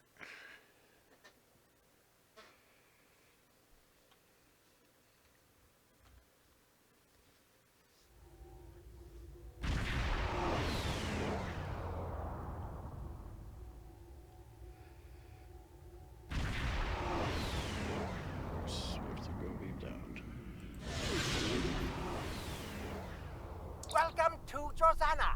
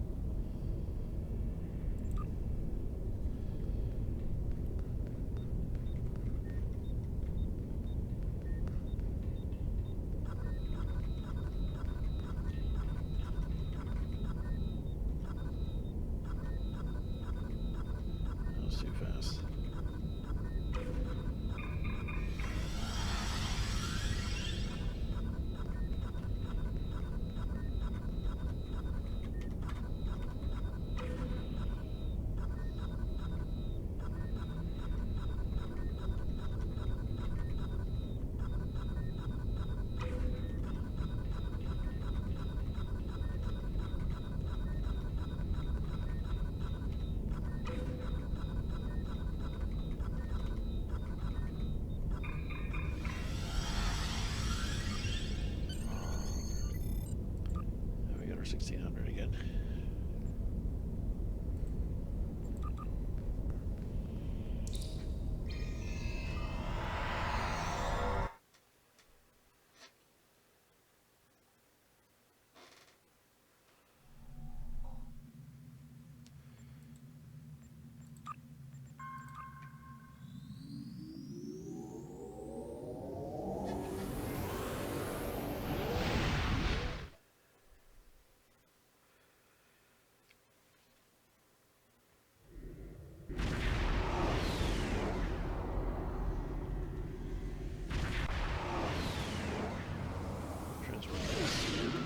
So much nicer.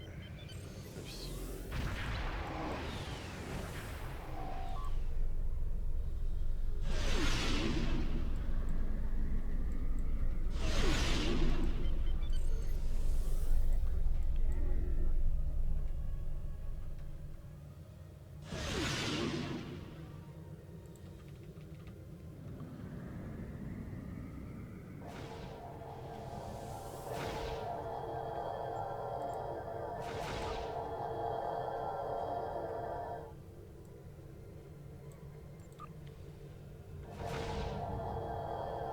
I think we doubled.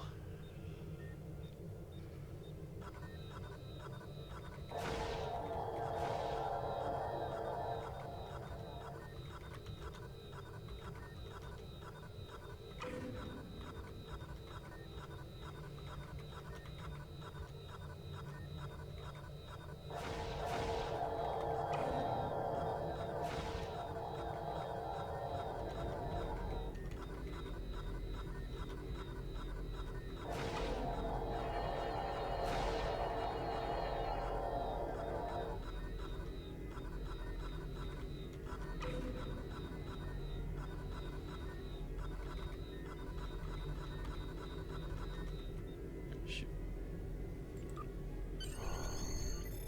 Now we got a silver. Or sliver.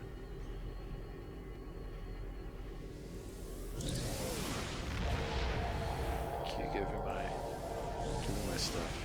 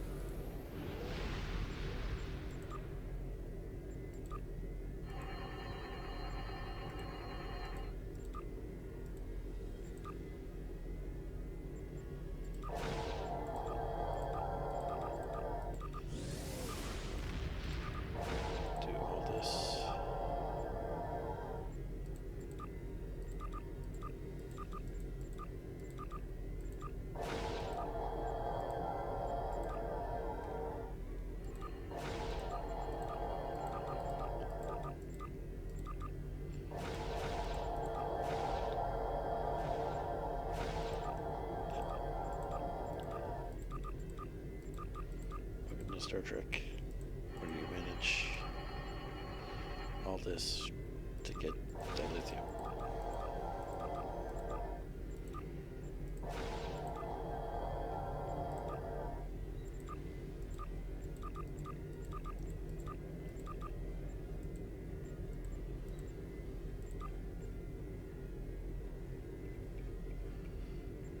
We'll go daily with them.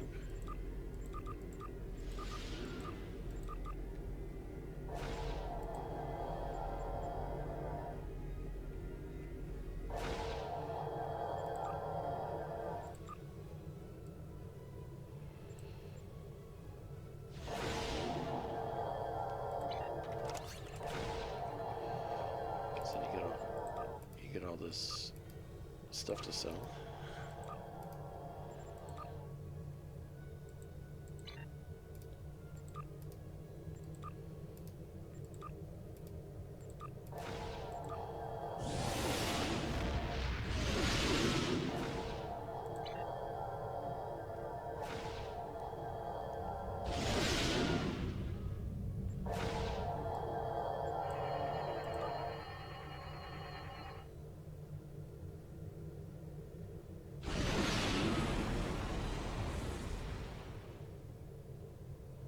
have many enhancements.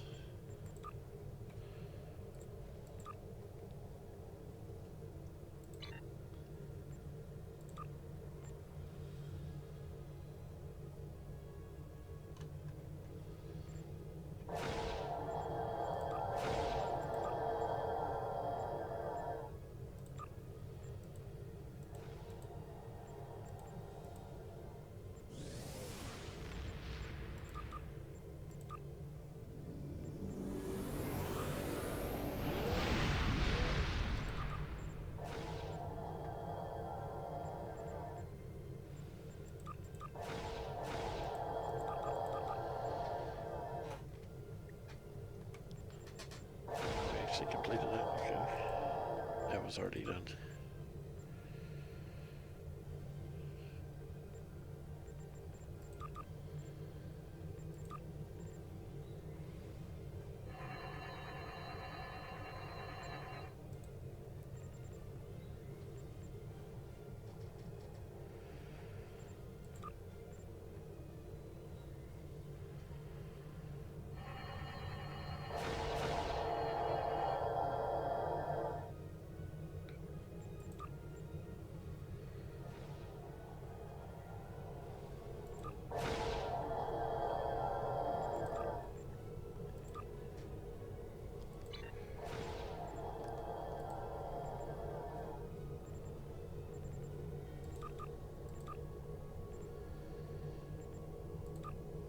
At least we got level 1.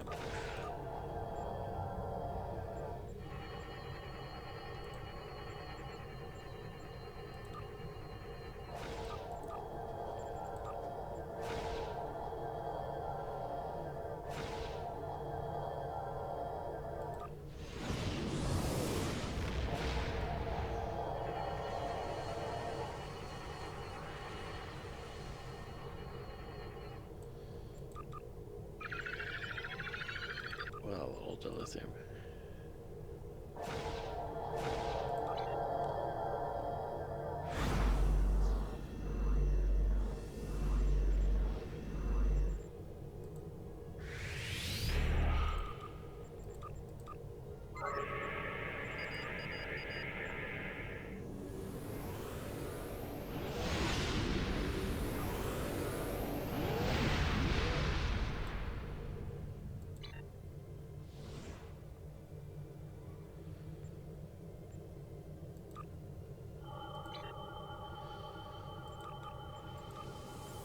What does this one do?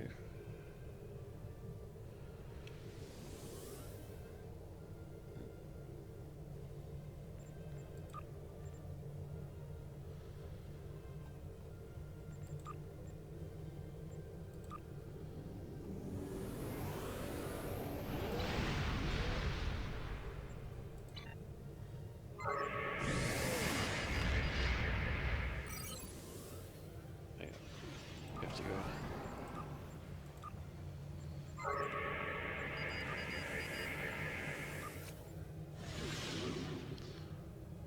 Do all this fun stuff here.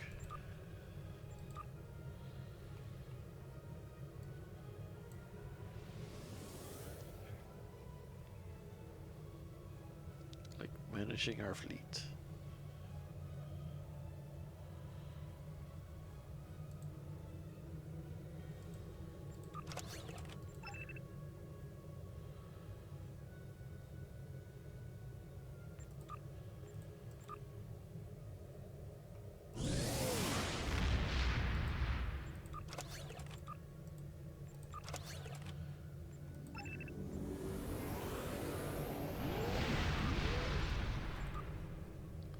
It's like engineering, engineering. It's all engineering.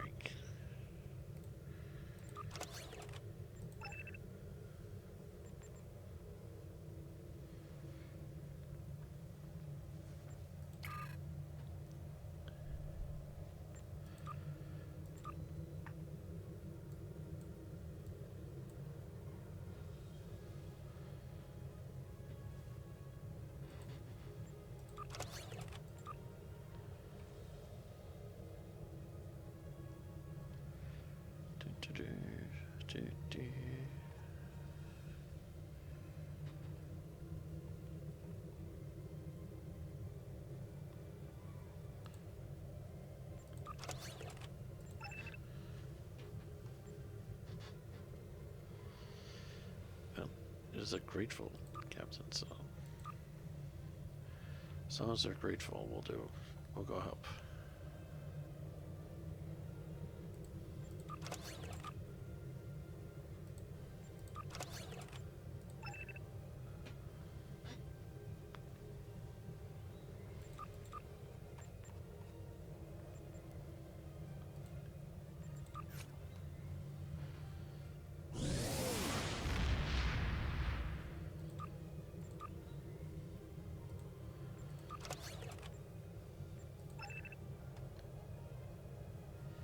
Nice, reverse engineered.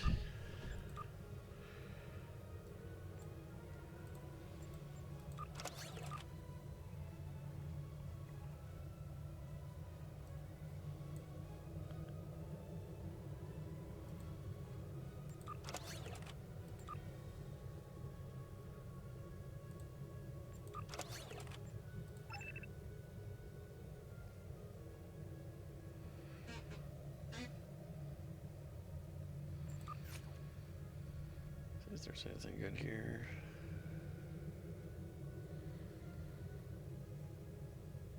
Not really.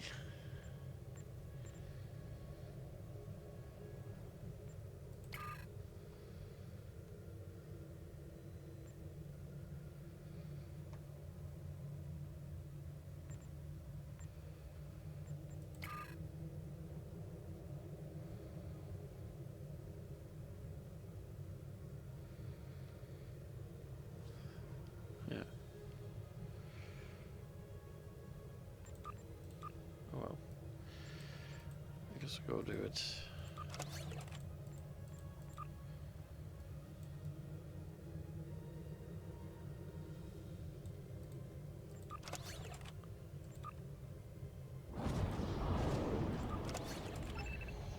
Oops.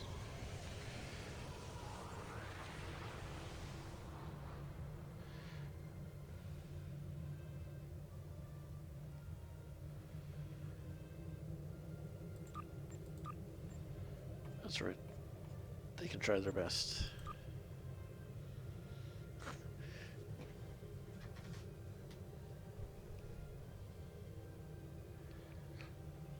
It's still a 3 and 4 chance. That's not bad.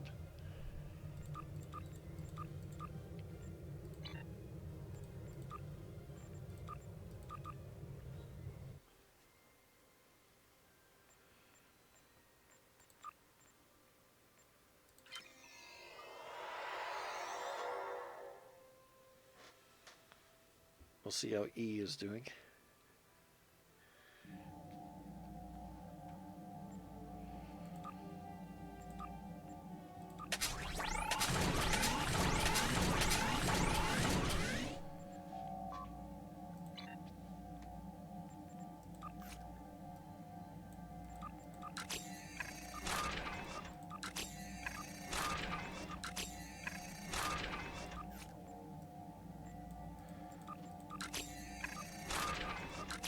Do some of that.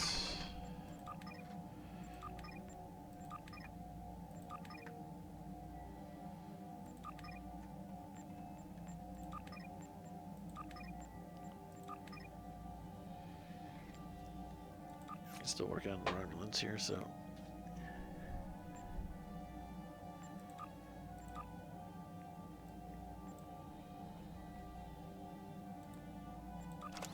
yeah, what's good enough?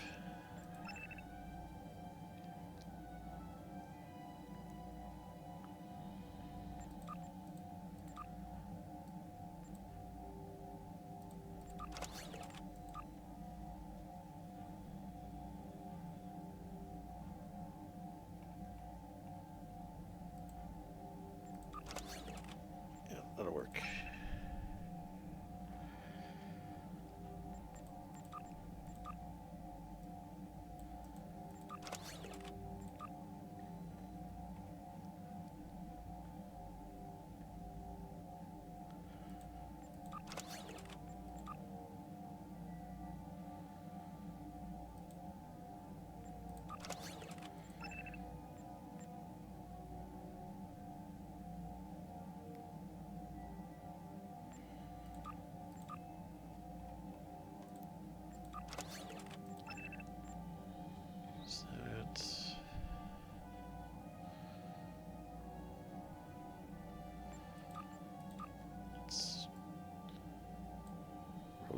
lithium.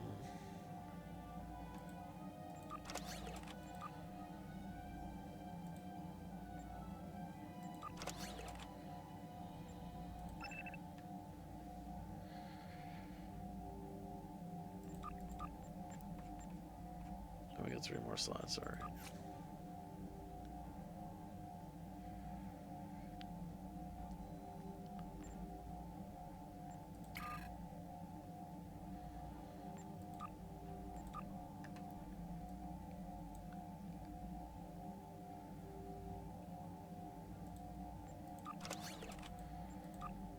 That one there. That.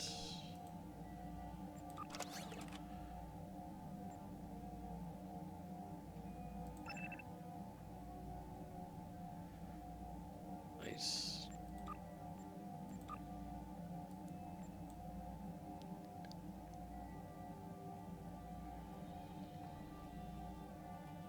We're running out of science ships real fast here.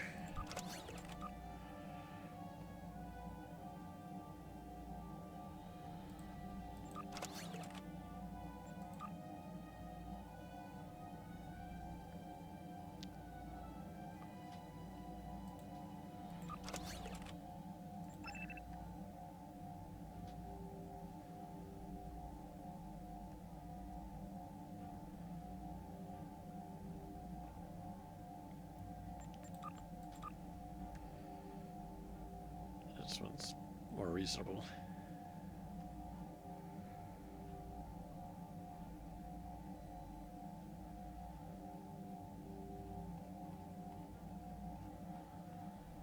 Although we might have to send a big ass ship to do it.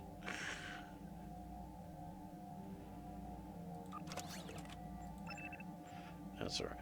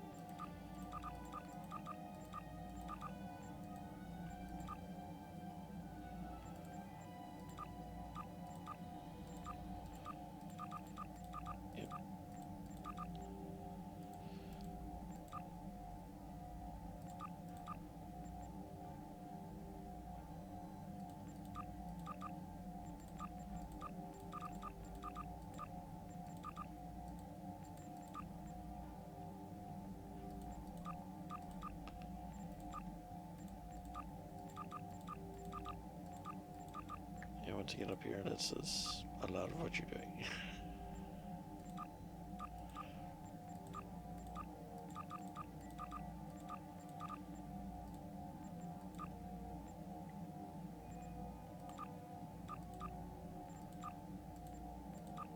Don't have to, but it's the fastest way to get a bunch of dilithium for the least amount of effort.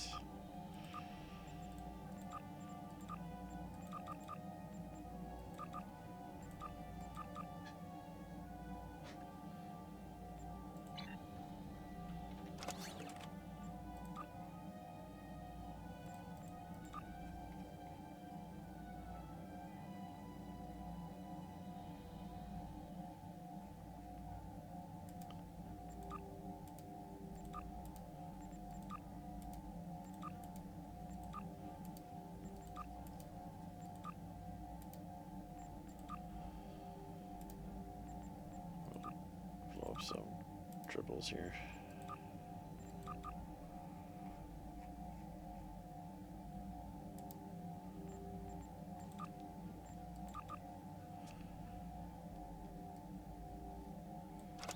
Because we just don't care.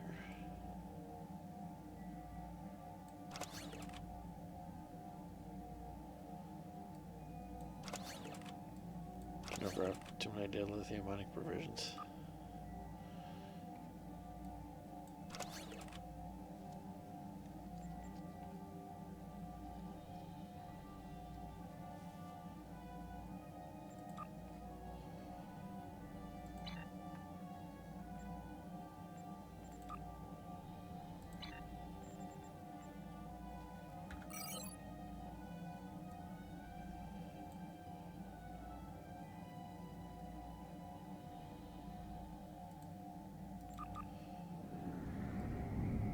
Deep Space Nine.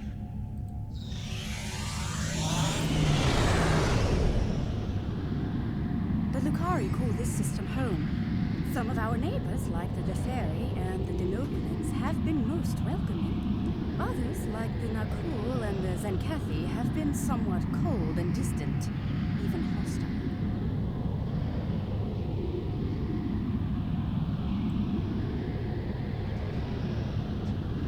Engineering collection looks good.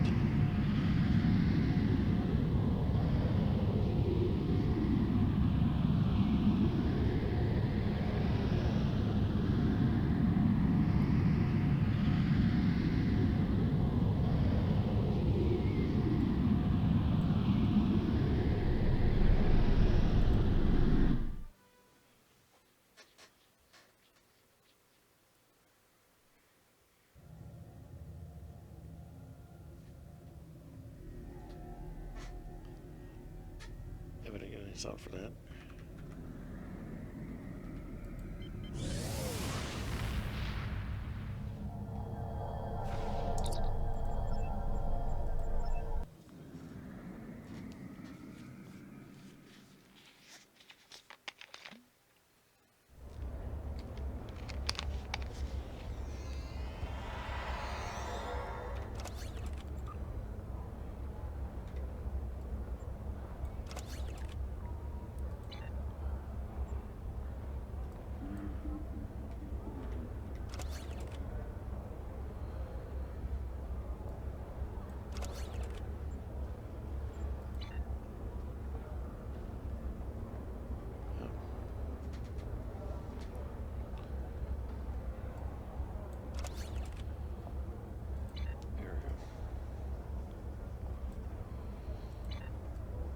There's the number E.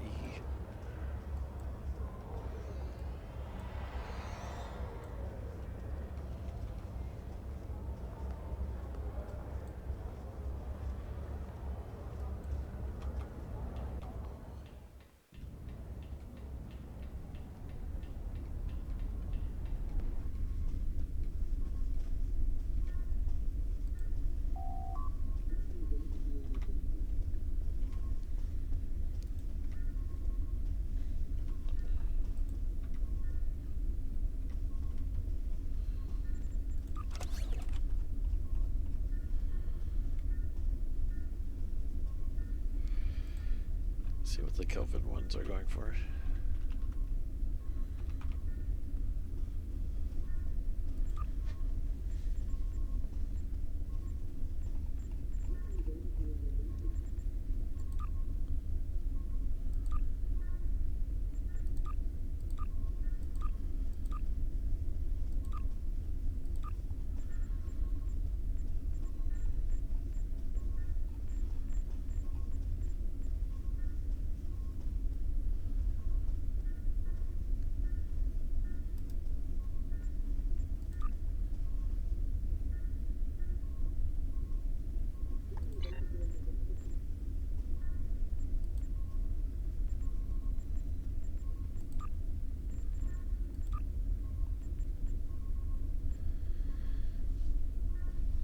$200,000.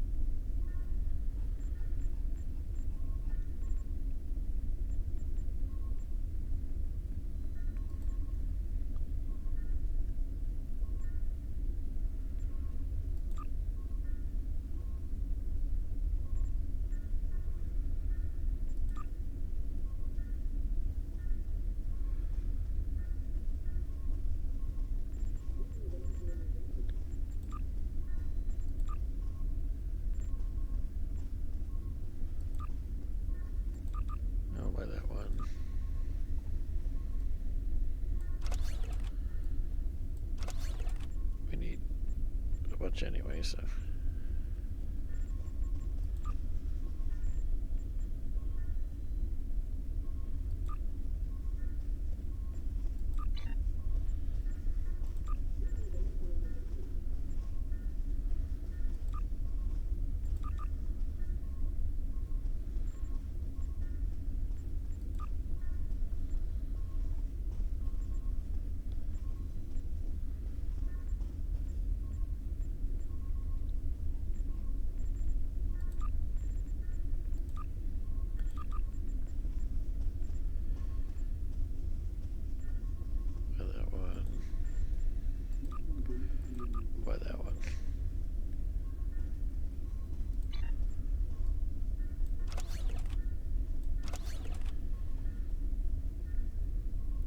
There needs to be a lot of pew pew.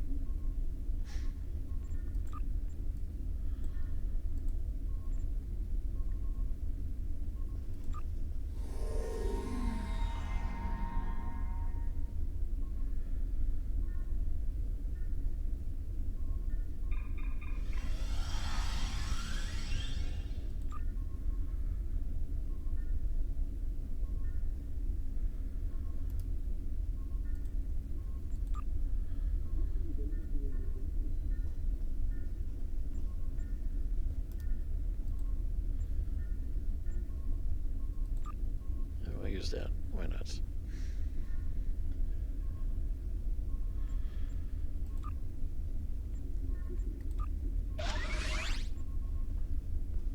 Yeah, it didn't go so well.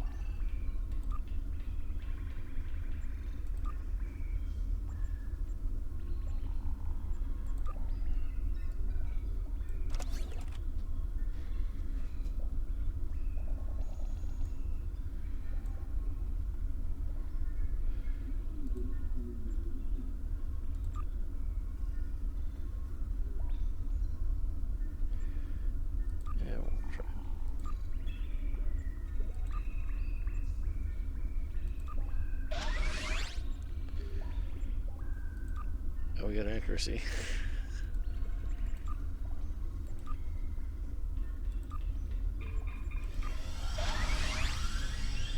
We good. And we got our... that's pretty good. We'll take that.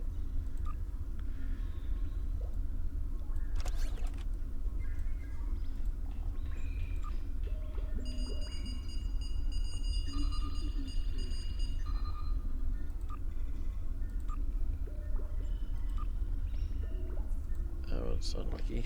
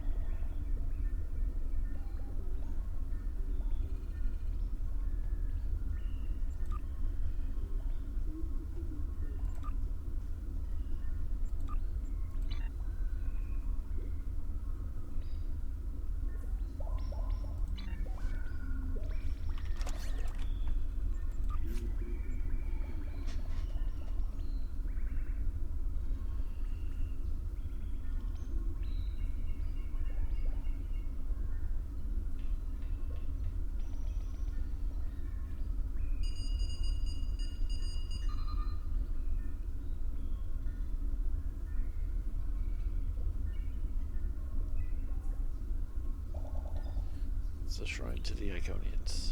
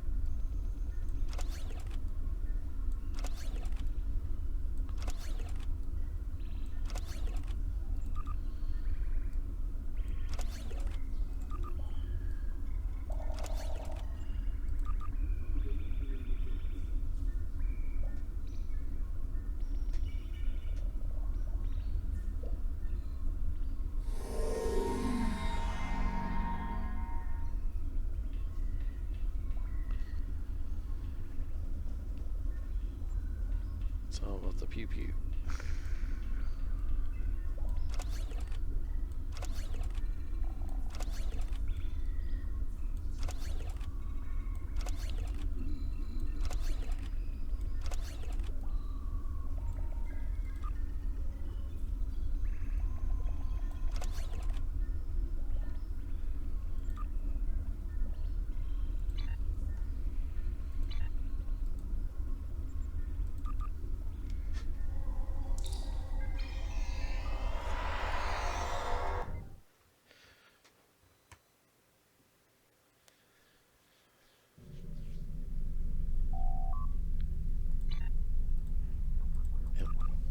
We need more pew pew. We'll test it out.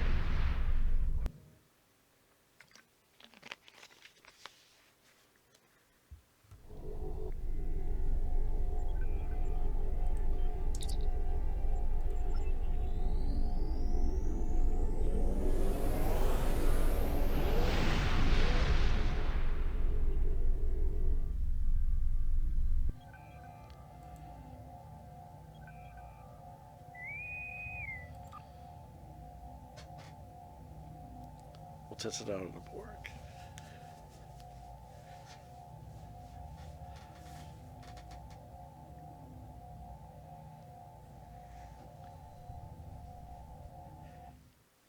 Because we need more pew pew.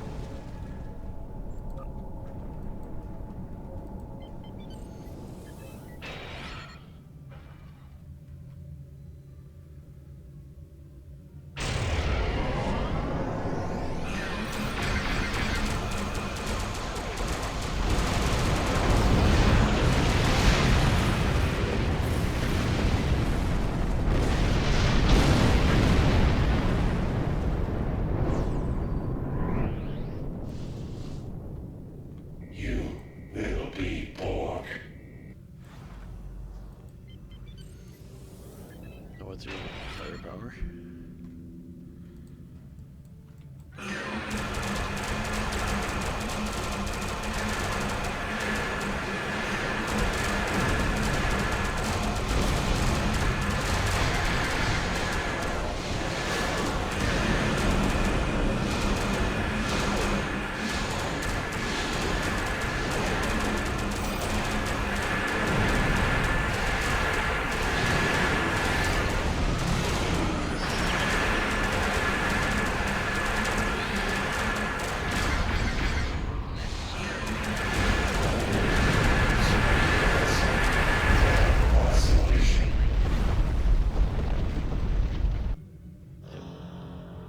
We don't have the damage output yet, but we will.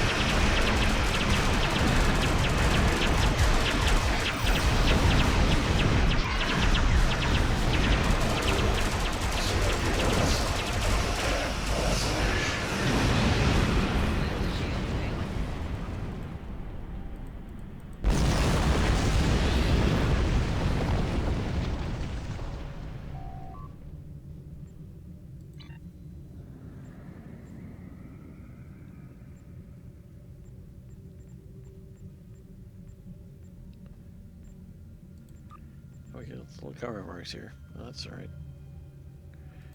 We need those.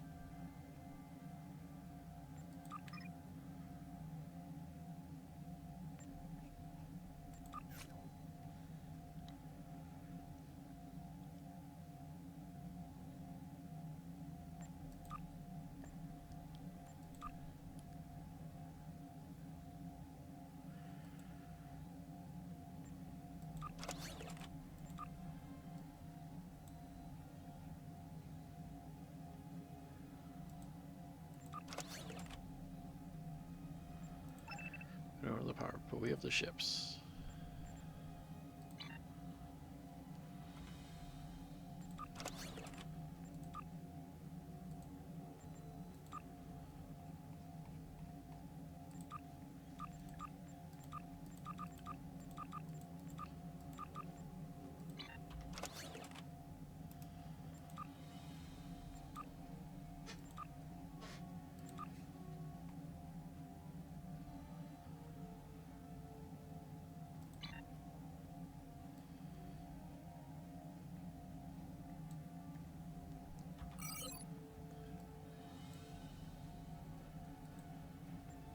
We could use the universal ones to do it for cheap, to upgrade our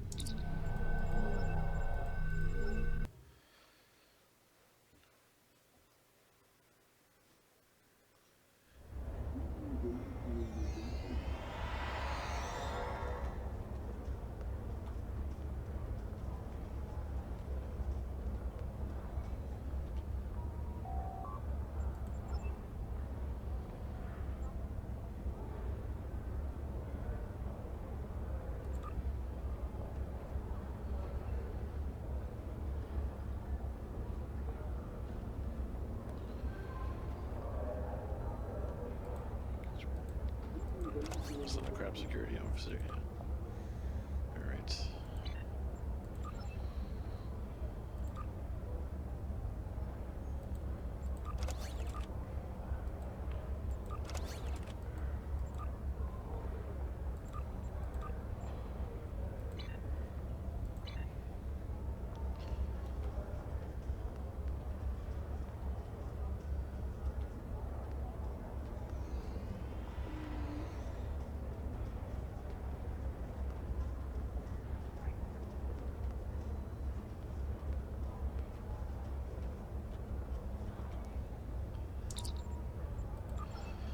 To this guy. We'll haggles.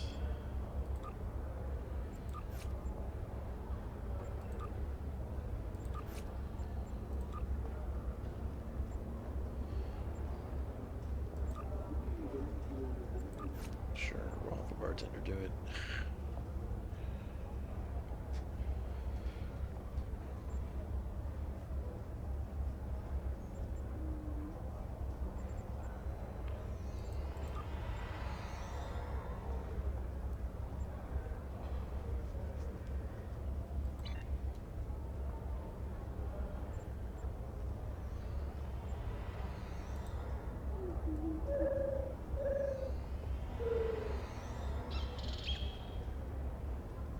Oregon has tripled.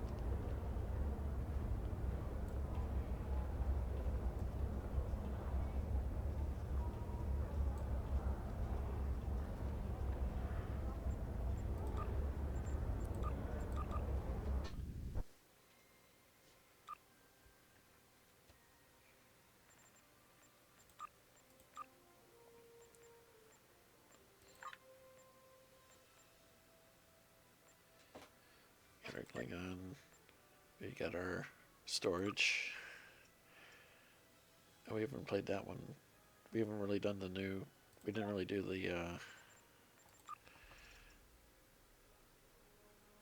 Agents of Yesterday stuff, really. We started this. We started at Roxy. But the USS Boom. But didn't get around to playing her yet.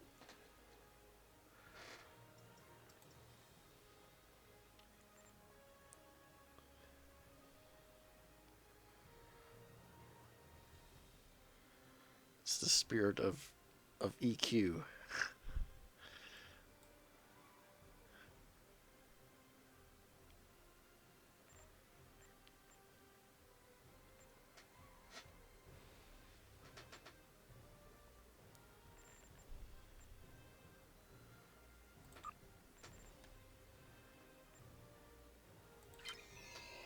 We'll go back to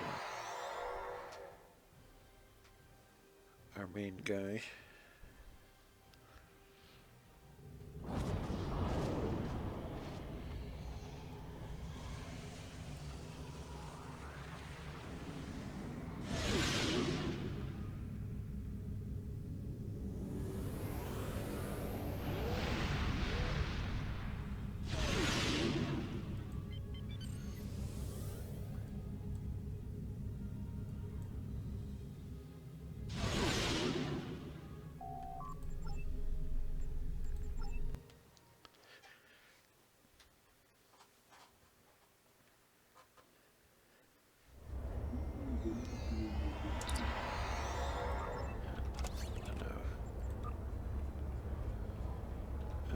Definitely go steal all our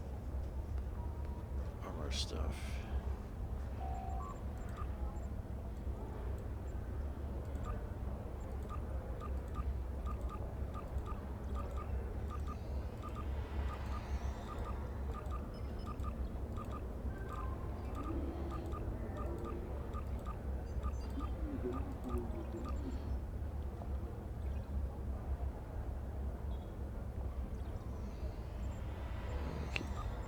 That was the reward from the one episode, so we'll keep that.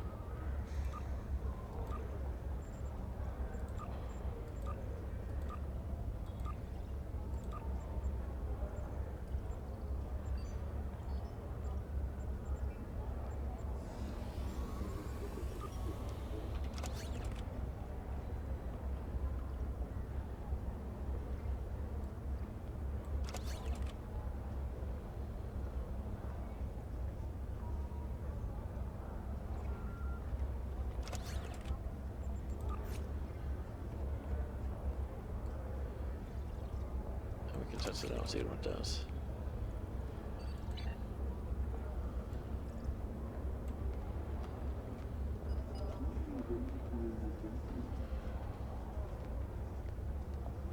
After we throw in the I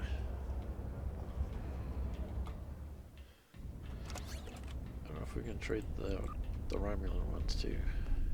We'll see.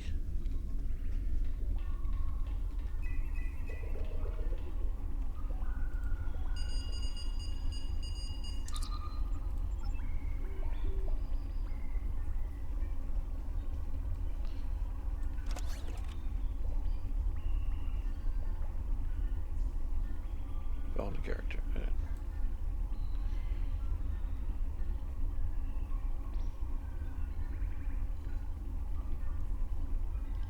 You can never have too many of those.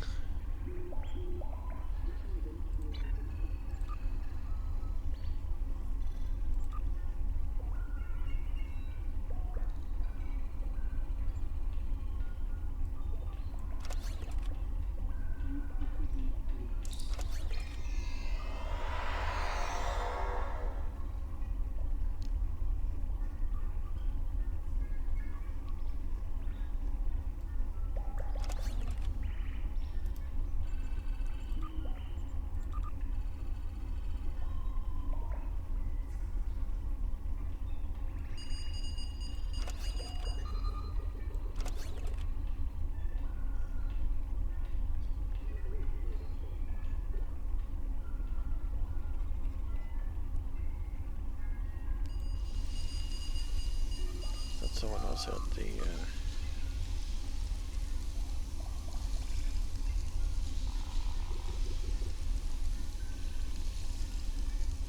that's for the science officer.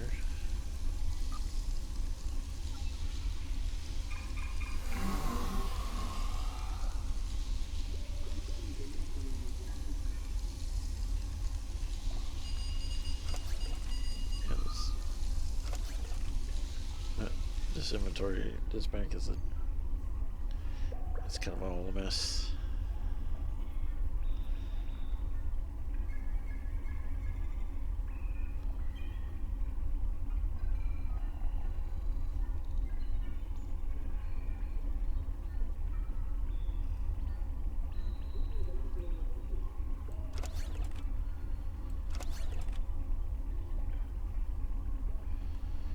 I think we'll sell some of this stuff that we can.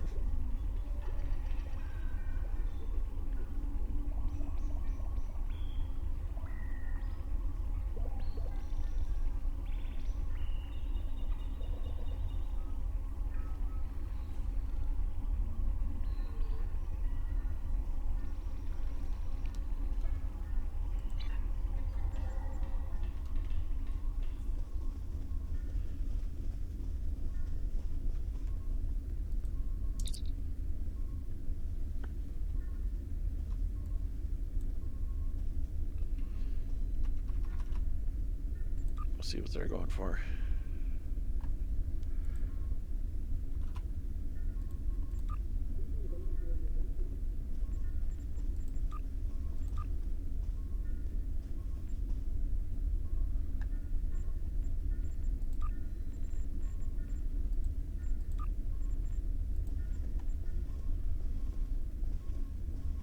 And they're very rare. Okay, we'll try that.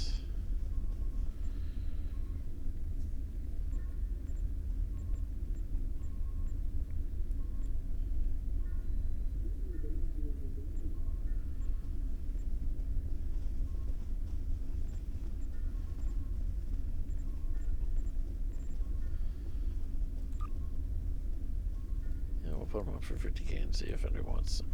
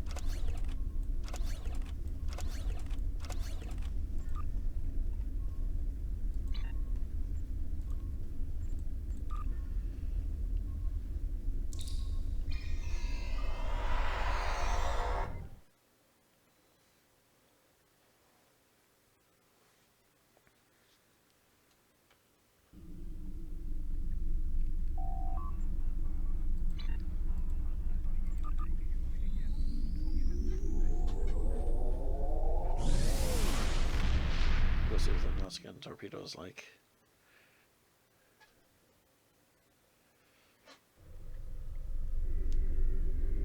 And the Borg will be our punching bag.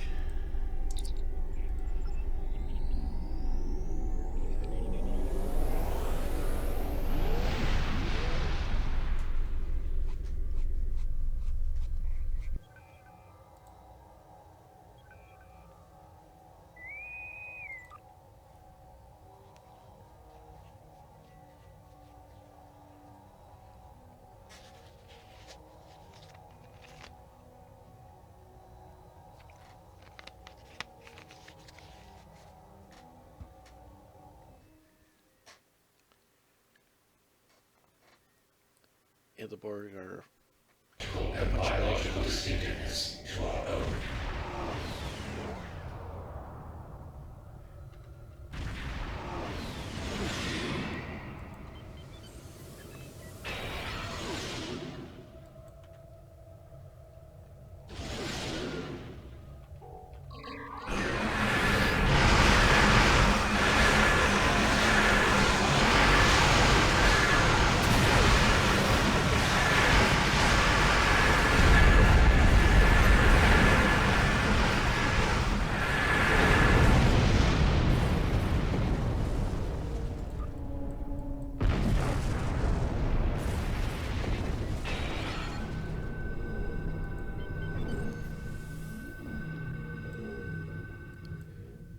See what the torpedoes did. You will be assimilated.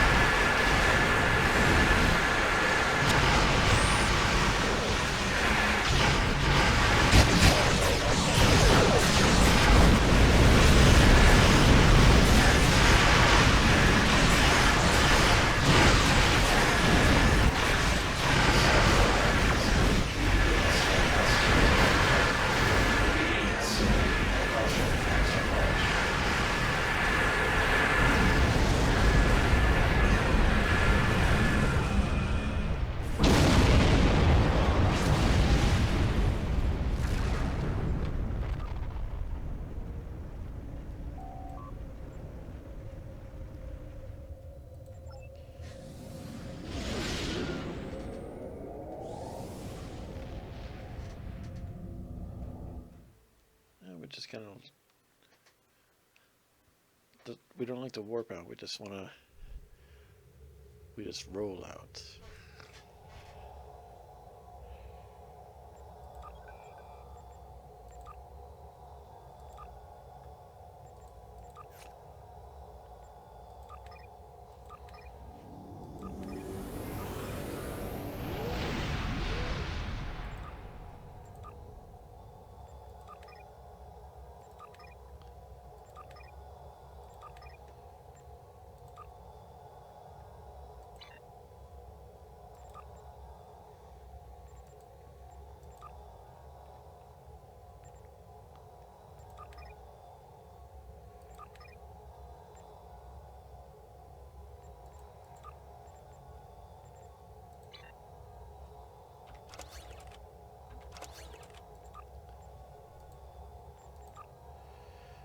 might as well get these guys going.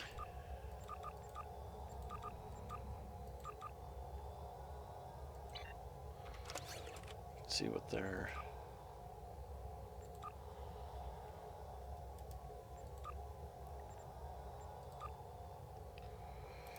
what they get in their box. Well, we got their special thing.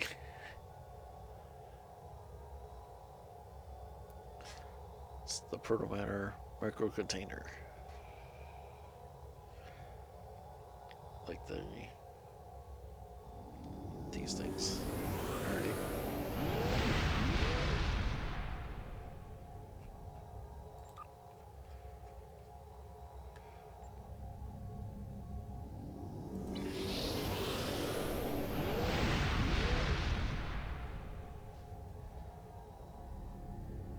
Yep. Now it's getting late, so I think we'll call it a day there. And we'll see you guys around.